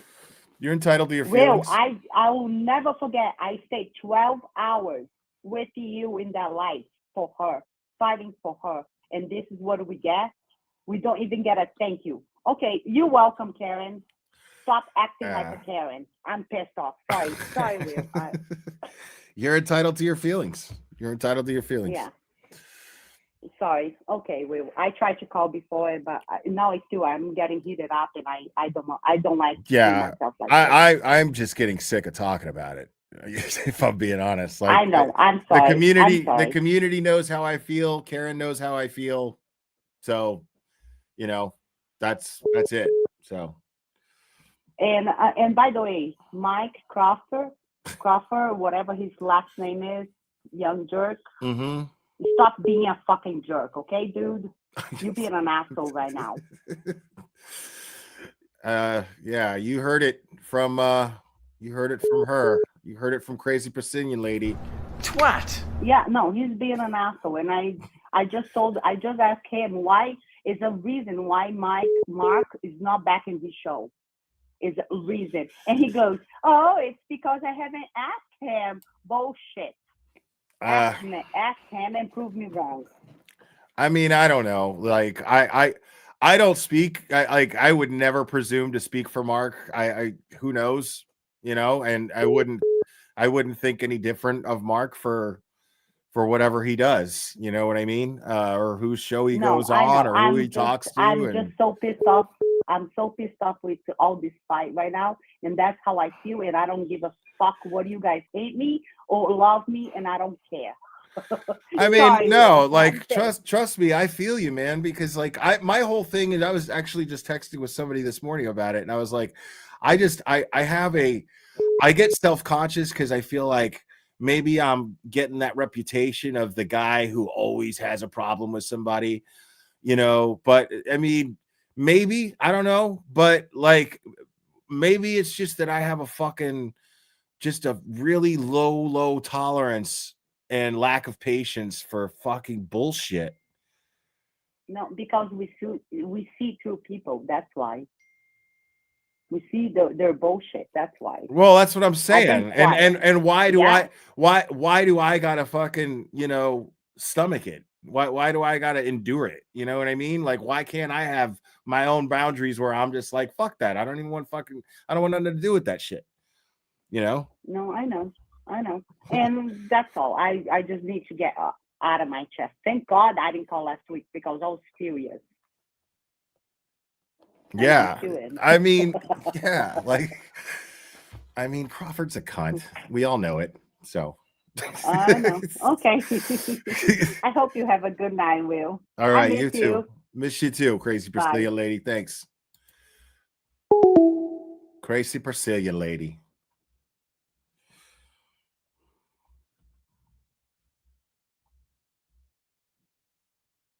Yes, I will still cover Kelsey Fitzsimmons.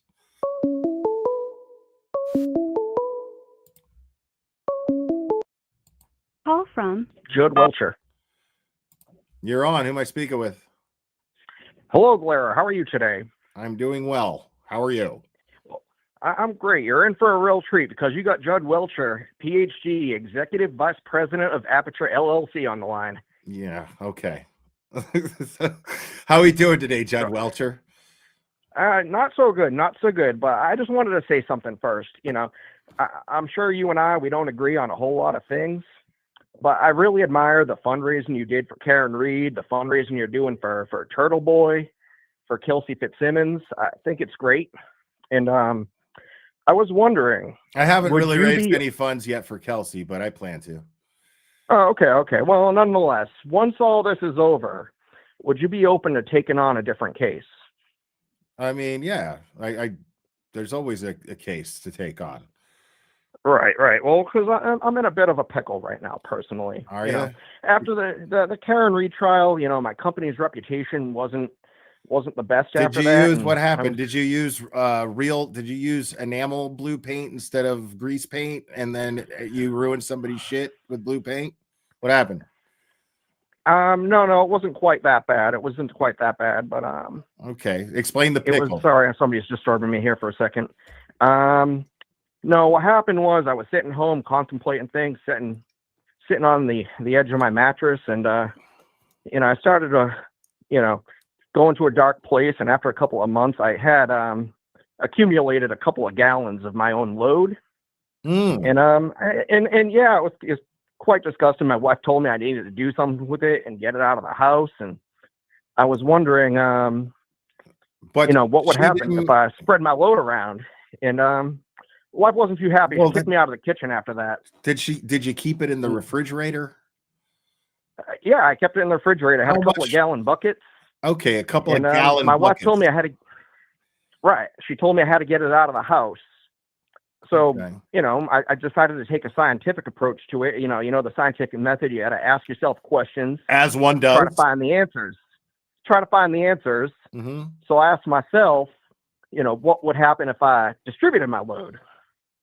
So I took my buckets, I went out to the streets, and I tried passing it out to people. Got a few people took some swings at me. It wasn't really a pretty picture. Apparently you can't do that in a school zone either. So probably not floating around like a certain 3-letter word offender. I don't want to get demonetized now, Glera, right? But cops wound up arresting me for that and told me I can't do that. And my wife threw me out of the house after that. Wasn't pretty, and I decided I had to get rid of the evidence. And I said, well, maybe there's another scientific solution. And I said, well, what would happen if I just shot my load off into space? You see, you take a scientific approach to it. So I took my $600,000 and I went out and I bought myself an exemplar Lexus SUV. Mm-hmm. And I built a rocket engine, which eat your heart out, Arca. You guys are building potato cannons. I built a rocket engine. And I attempted to shoot my load off into space. I loaded it up into the back of that Lexus, shot it off into space, and unfortunately, I accidentally hit a military drone that was flying over a stadium full of people, and created quite a mess, as you can imagine. Where do you get these fucking idiots? So now we're being, charges like terrorism, just detonation of a biological weapon, treason, being thrown around. So what? Judd Welcher's in a bit of a problem, a bit of a pickle right now. Yeah, you and I'm said just that. hoping, when the time comes, you can help me out and maybe raise some funds, because I blew through that 600,000 building that rocket engine, and it's not a good situation for me right now. Oh my God, I don't care. Yeah, dude. You fucking sucked, bro. You got to come at you got to do better than that, homie. That was just fucking terrible.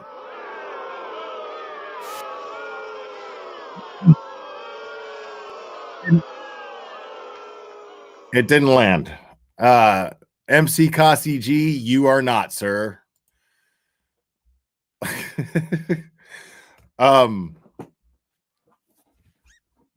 I do like when people try, though. I mean, I always get so excited. I'm like, oh, okay, this is gonna be cool. But yeah, it just wasn't sticking the landing there, buddy. Anybody want to try to follow that up?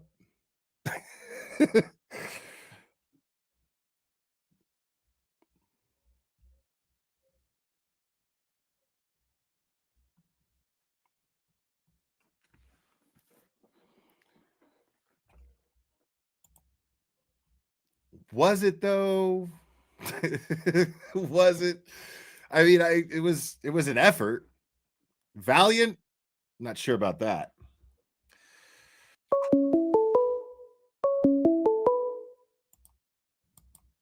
Call from. You're on. Who am I speaking with?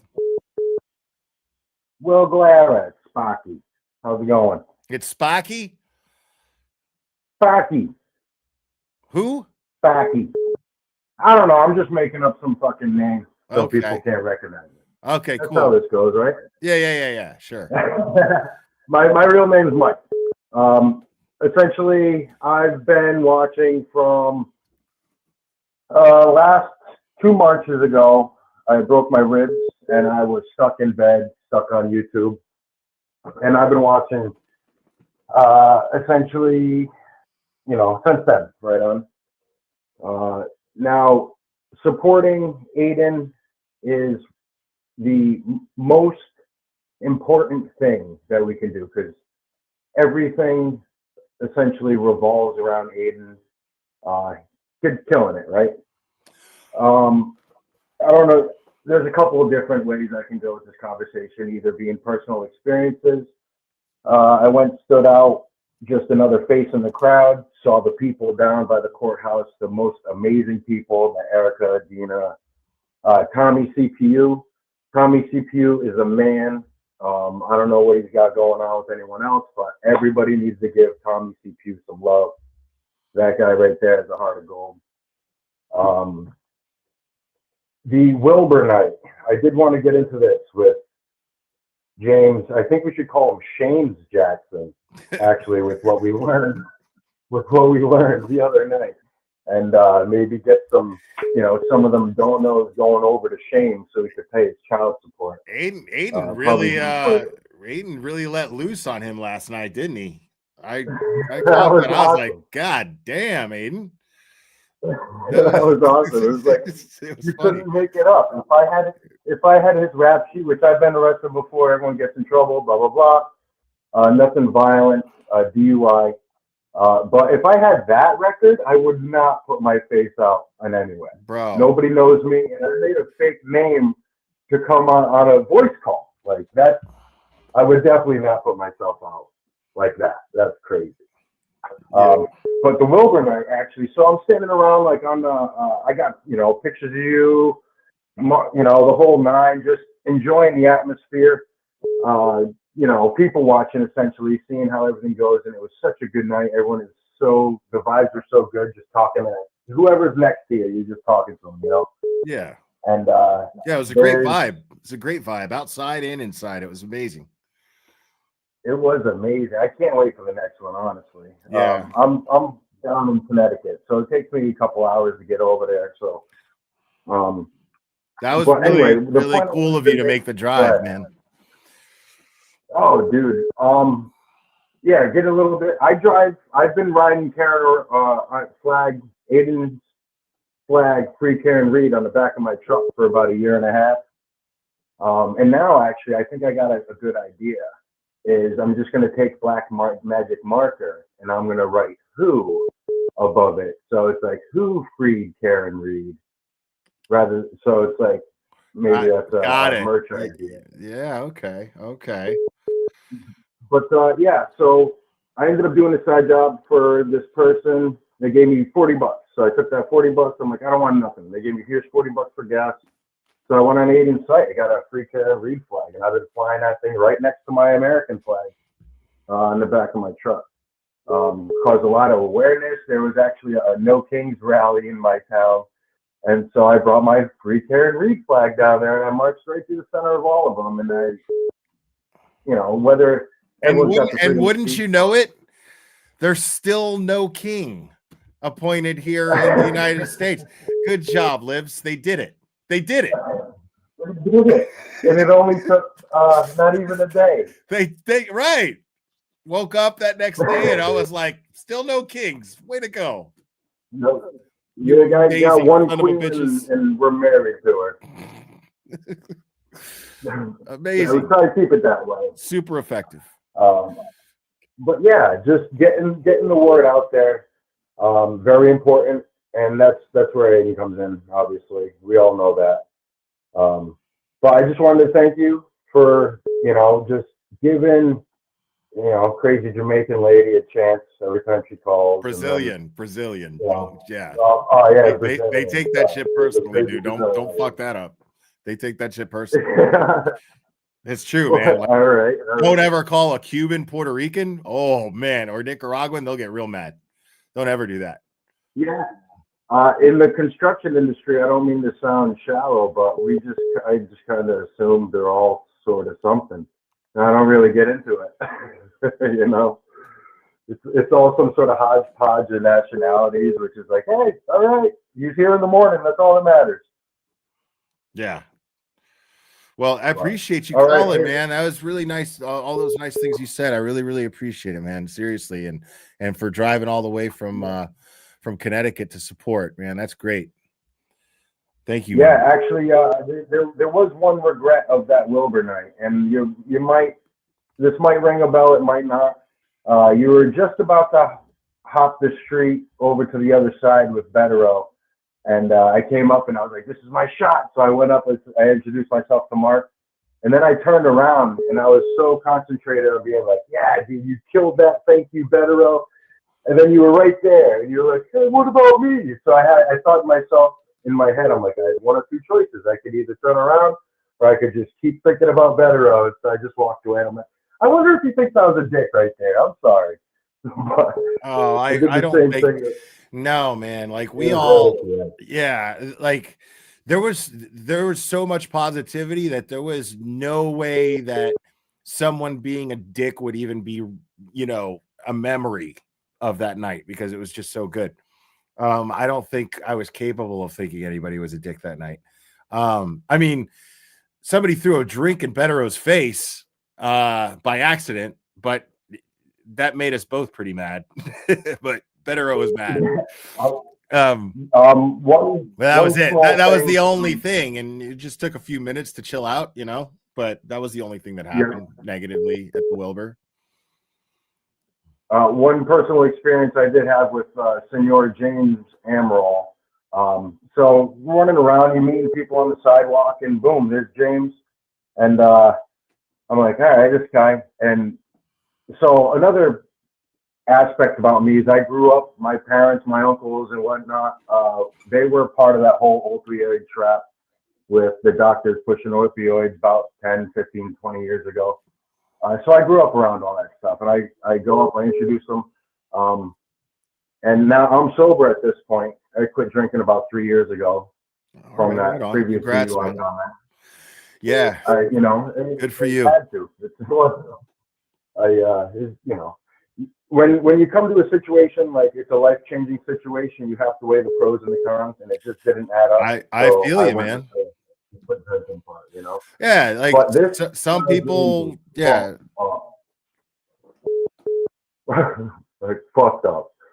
Bitching about his girlfriend getting kicked out, and he couldn't even get in because by the time he was going in, his girlfriend was getting escorted out. And then what he told me was he just turned around and walked away so he wouldn't be. Wait a second. So James Jackson had a girlfriend at the show who got kicked out. Yes. And By the time he hadn't, from what I understand, James and his girlfriend had tickets. JFK did not. James was on his way in, saw whoever, I don't even know if his girlfriend, probably just some trash whore. You could pick those around, and they're all around Boston anyway. So he was outside. He's like, man, and then he goes, I think I'm about to start doing my own thing, make my own channel, really get that up off the ground. And I'm like, yeah, dude, you should do it, man. Go for it. Whatever makes you happy, blah, blah, blah. Whatever you tell someone when you're in a small talk conversation, What's up, Danny? But literally the next week, he's doubled down with fucking Randy.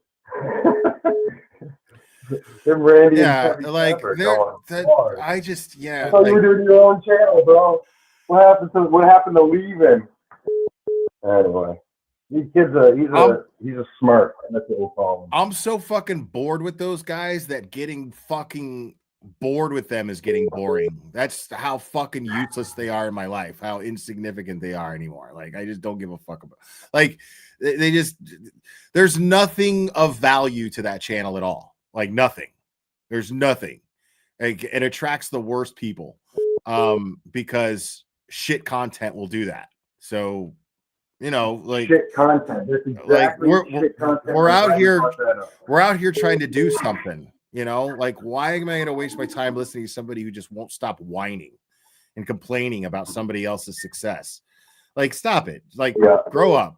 Like, I don't have patience for that shit. Like, it's really it's boring now. And I don't mean to keep bringing it up, I know, but this is my first that's time fine. Yeah, you're fine. I mean, that's why I open the phone lines. That's why I open the phone lines. I know people have their opinions. It is a community, and far be it from me to not let you express your opinions, Yeah, I have so many opinions. Well, son of a bee, man. So many opinions. But anyway, I'll let the next caller or whatever's got going on, and I'll try my luck again some other time. Right on. All right. Thanks for calling, Mike. Appreciate you, man. Later, brother. All right. Bye-bye. Call from Bob Cost. You're on. Who am I speaking with? Yeah, this is specially appointed prosecutor Robert Costco. People, it is specially appointed prosecutor Robert Costco. Thanks for having me on your presentation. It's always a pleasure to have you on my presentation, sir. How are you? Well, I'm okay. I just took the ferry over to the mainland. Now I'm on the road on my motorcycle and had to duck into an ATM booth to call in just to say hi to the antenna people. And of course, you will, Blair. I appreciate it. What are you doing riding your motorcycle out in the rain, man? And then a no-no, you're not supposed to do that. Well, it's not the smartest thing in the world, but I'm not that smart of a guy either. So there you go. But it was only supposed to be a little windy today. It wasn't supposed to rain. So I blame the weather people on that. The weather people got their antennas are screwed up, apparently. They always have been. They always have been. I mean, to quote Nicolas Cage in The Weatherman, it's wind. It blows all over the place. How are you supposed to predict it? It's hard to do. But anyways, what are we talking about today? Well, I was going to ask you about this whole Proctor stuff, man. Like you said Proctor had nothing to do with the investigation, and these new emails that just came out, they prove that he did. What are you going to do? Well, I think it's pretty clear what I'm doing. I'm just saying crazy stuff and writing silly motions because I know I'm going to be conflicted out. I mean, right. It's inevitable. Why don't you just recuse yourself? Just stop. Like, save some face. That's it. And then just enjoy your time in the basement on Tinder, swiping right on all of the tookuses. It's all you got to do. Yeah, I mean, it's a good point, but I'm somewhat of a stubborn prick. So, you know, I mean, I haven't gotten this far by being Mr. Nice Guy and folding up shop. I mean, I do like to, you know, I do like to be somewhat of a jerk every once in a while. I think that's clear. Yeah, I mean, clearly, your entire involvement at this point is just you being a jerk. Like you should just quit. Like you're insulting those who are retired and are trying to enjoy their twilight years and they can't. All right, I might even be insulting those that are retired as well. You are, you know, you are. but I mean, if you recall, Will, I called a long time back, right when the Gatuni thing dropped, and I predicted exactly what was going to happen. That I was going to be conflicted out of the case because of the conflict of interest, and the same's going to happen here. So I'm just taking up time trying to keep myself busy. You know, oh, Proctor wasn't involved. We all know he was involved, so it'll go the same way.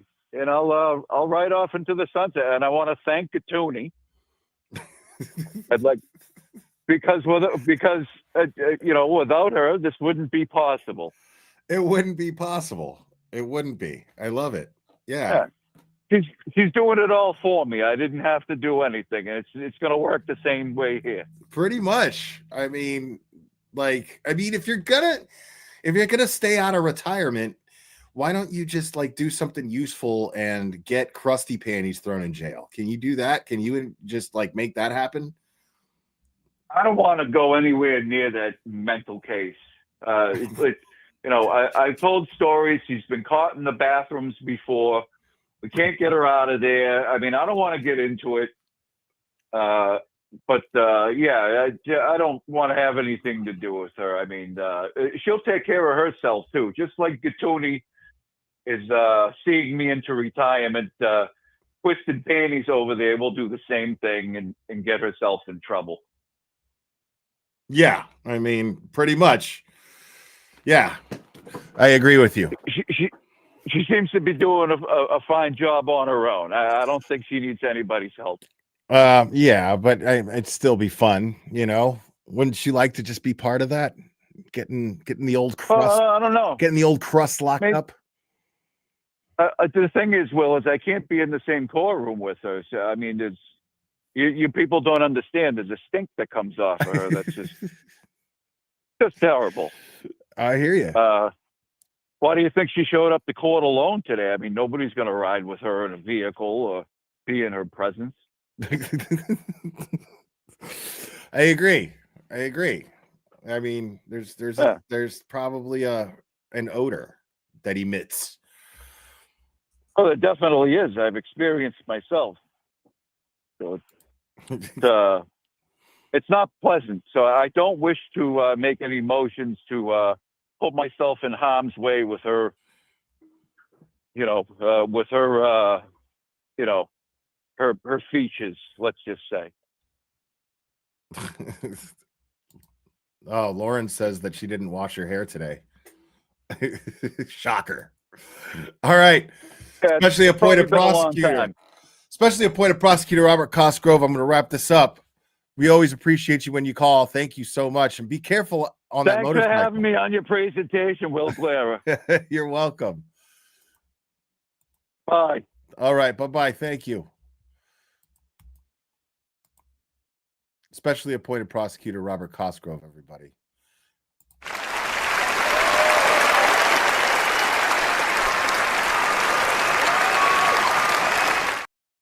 All right, folks.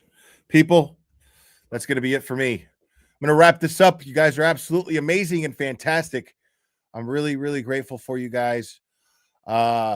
Make sure to hit the like if you haven't already.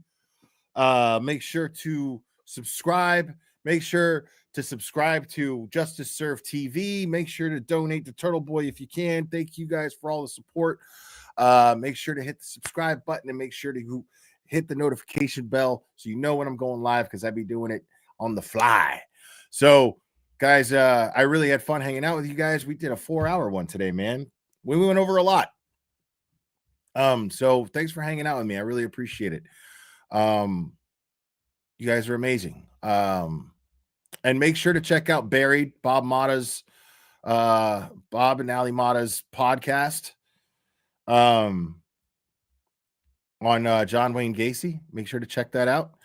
Guys, you're absolutely amazing.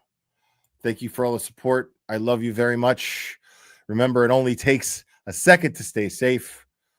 And we will do this again very soon, my friends.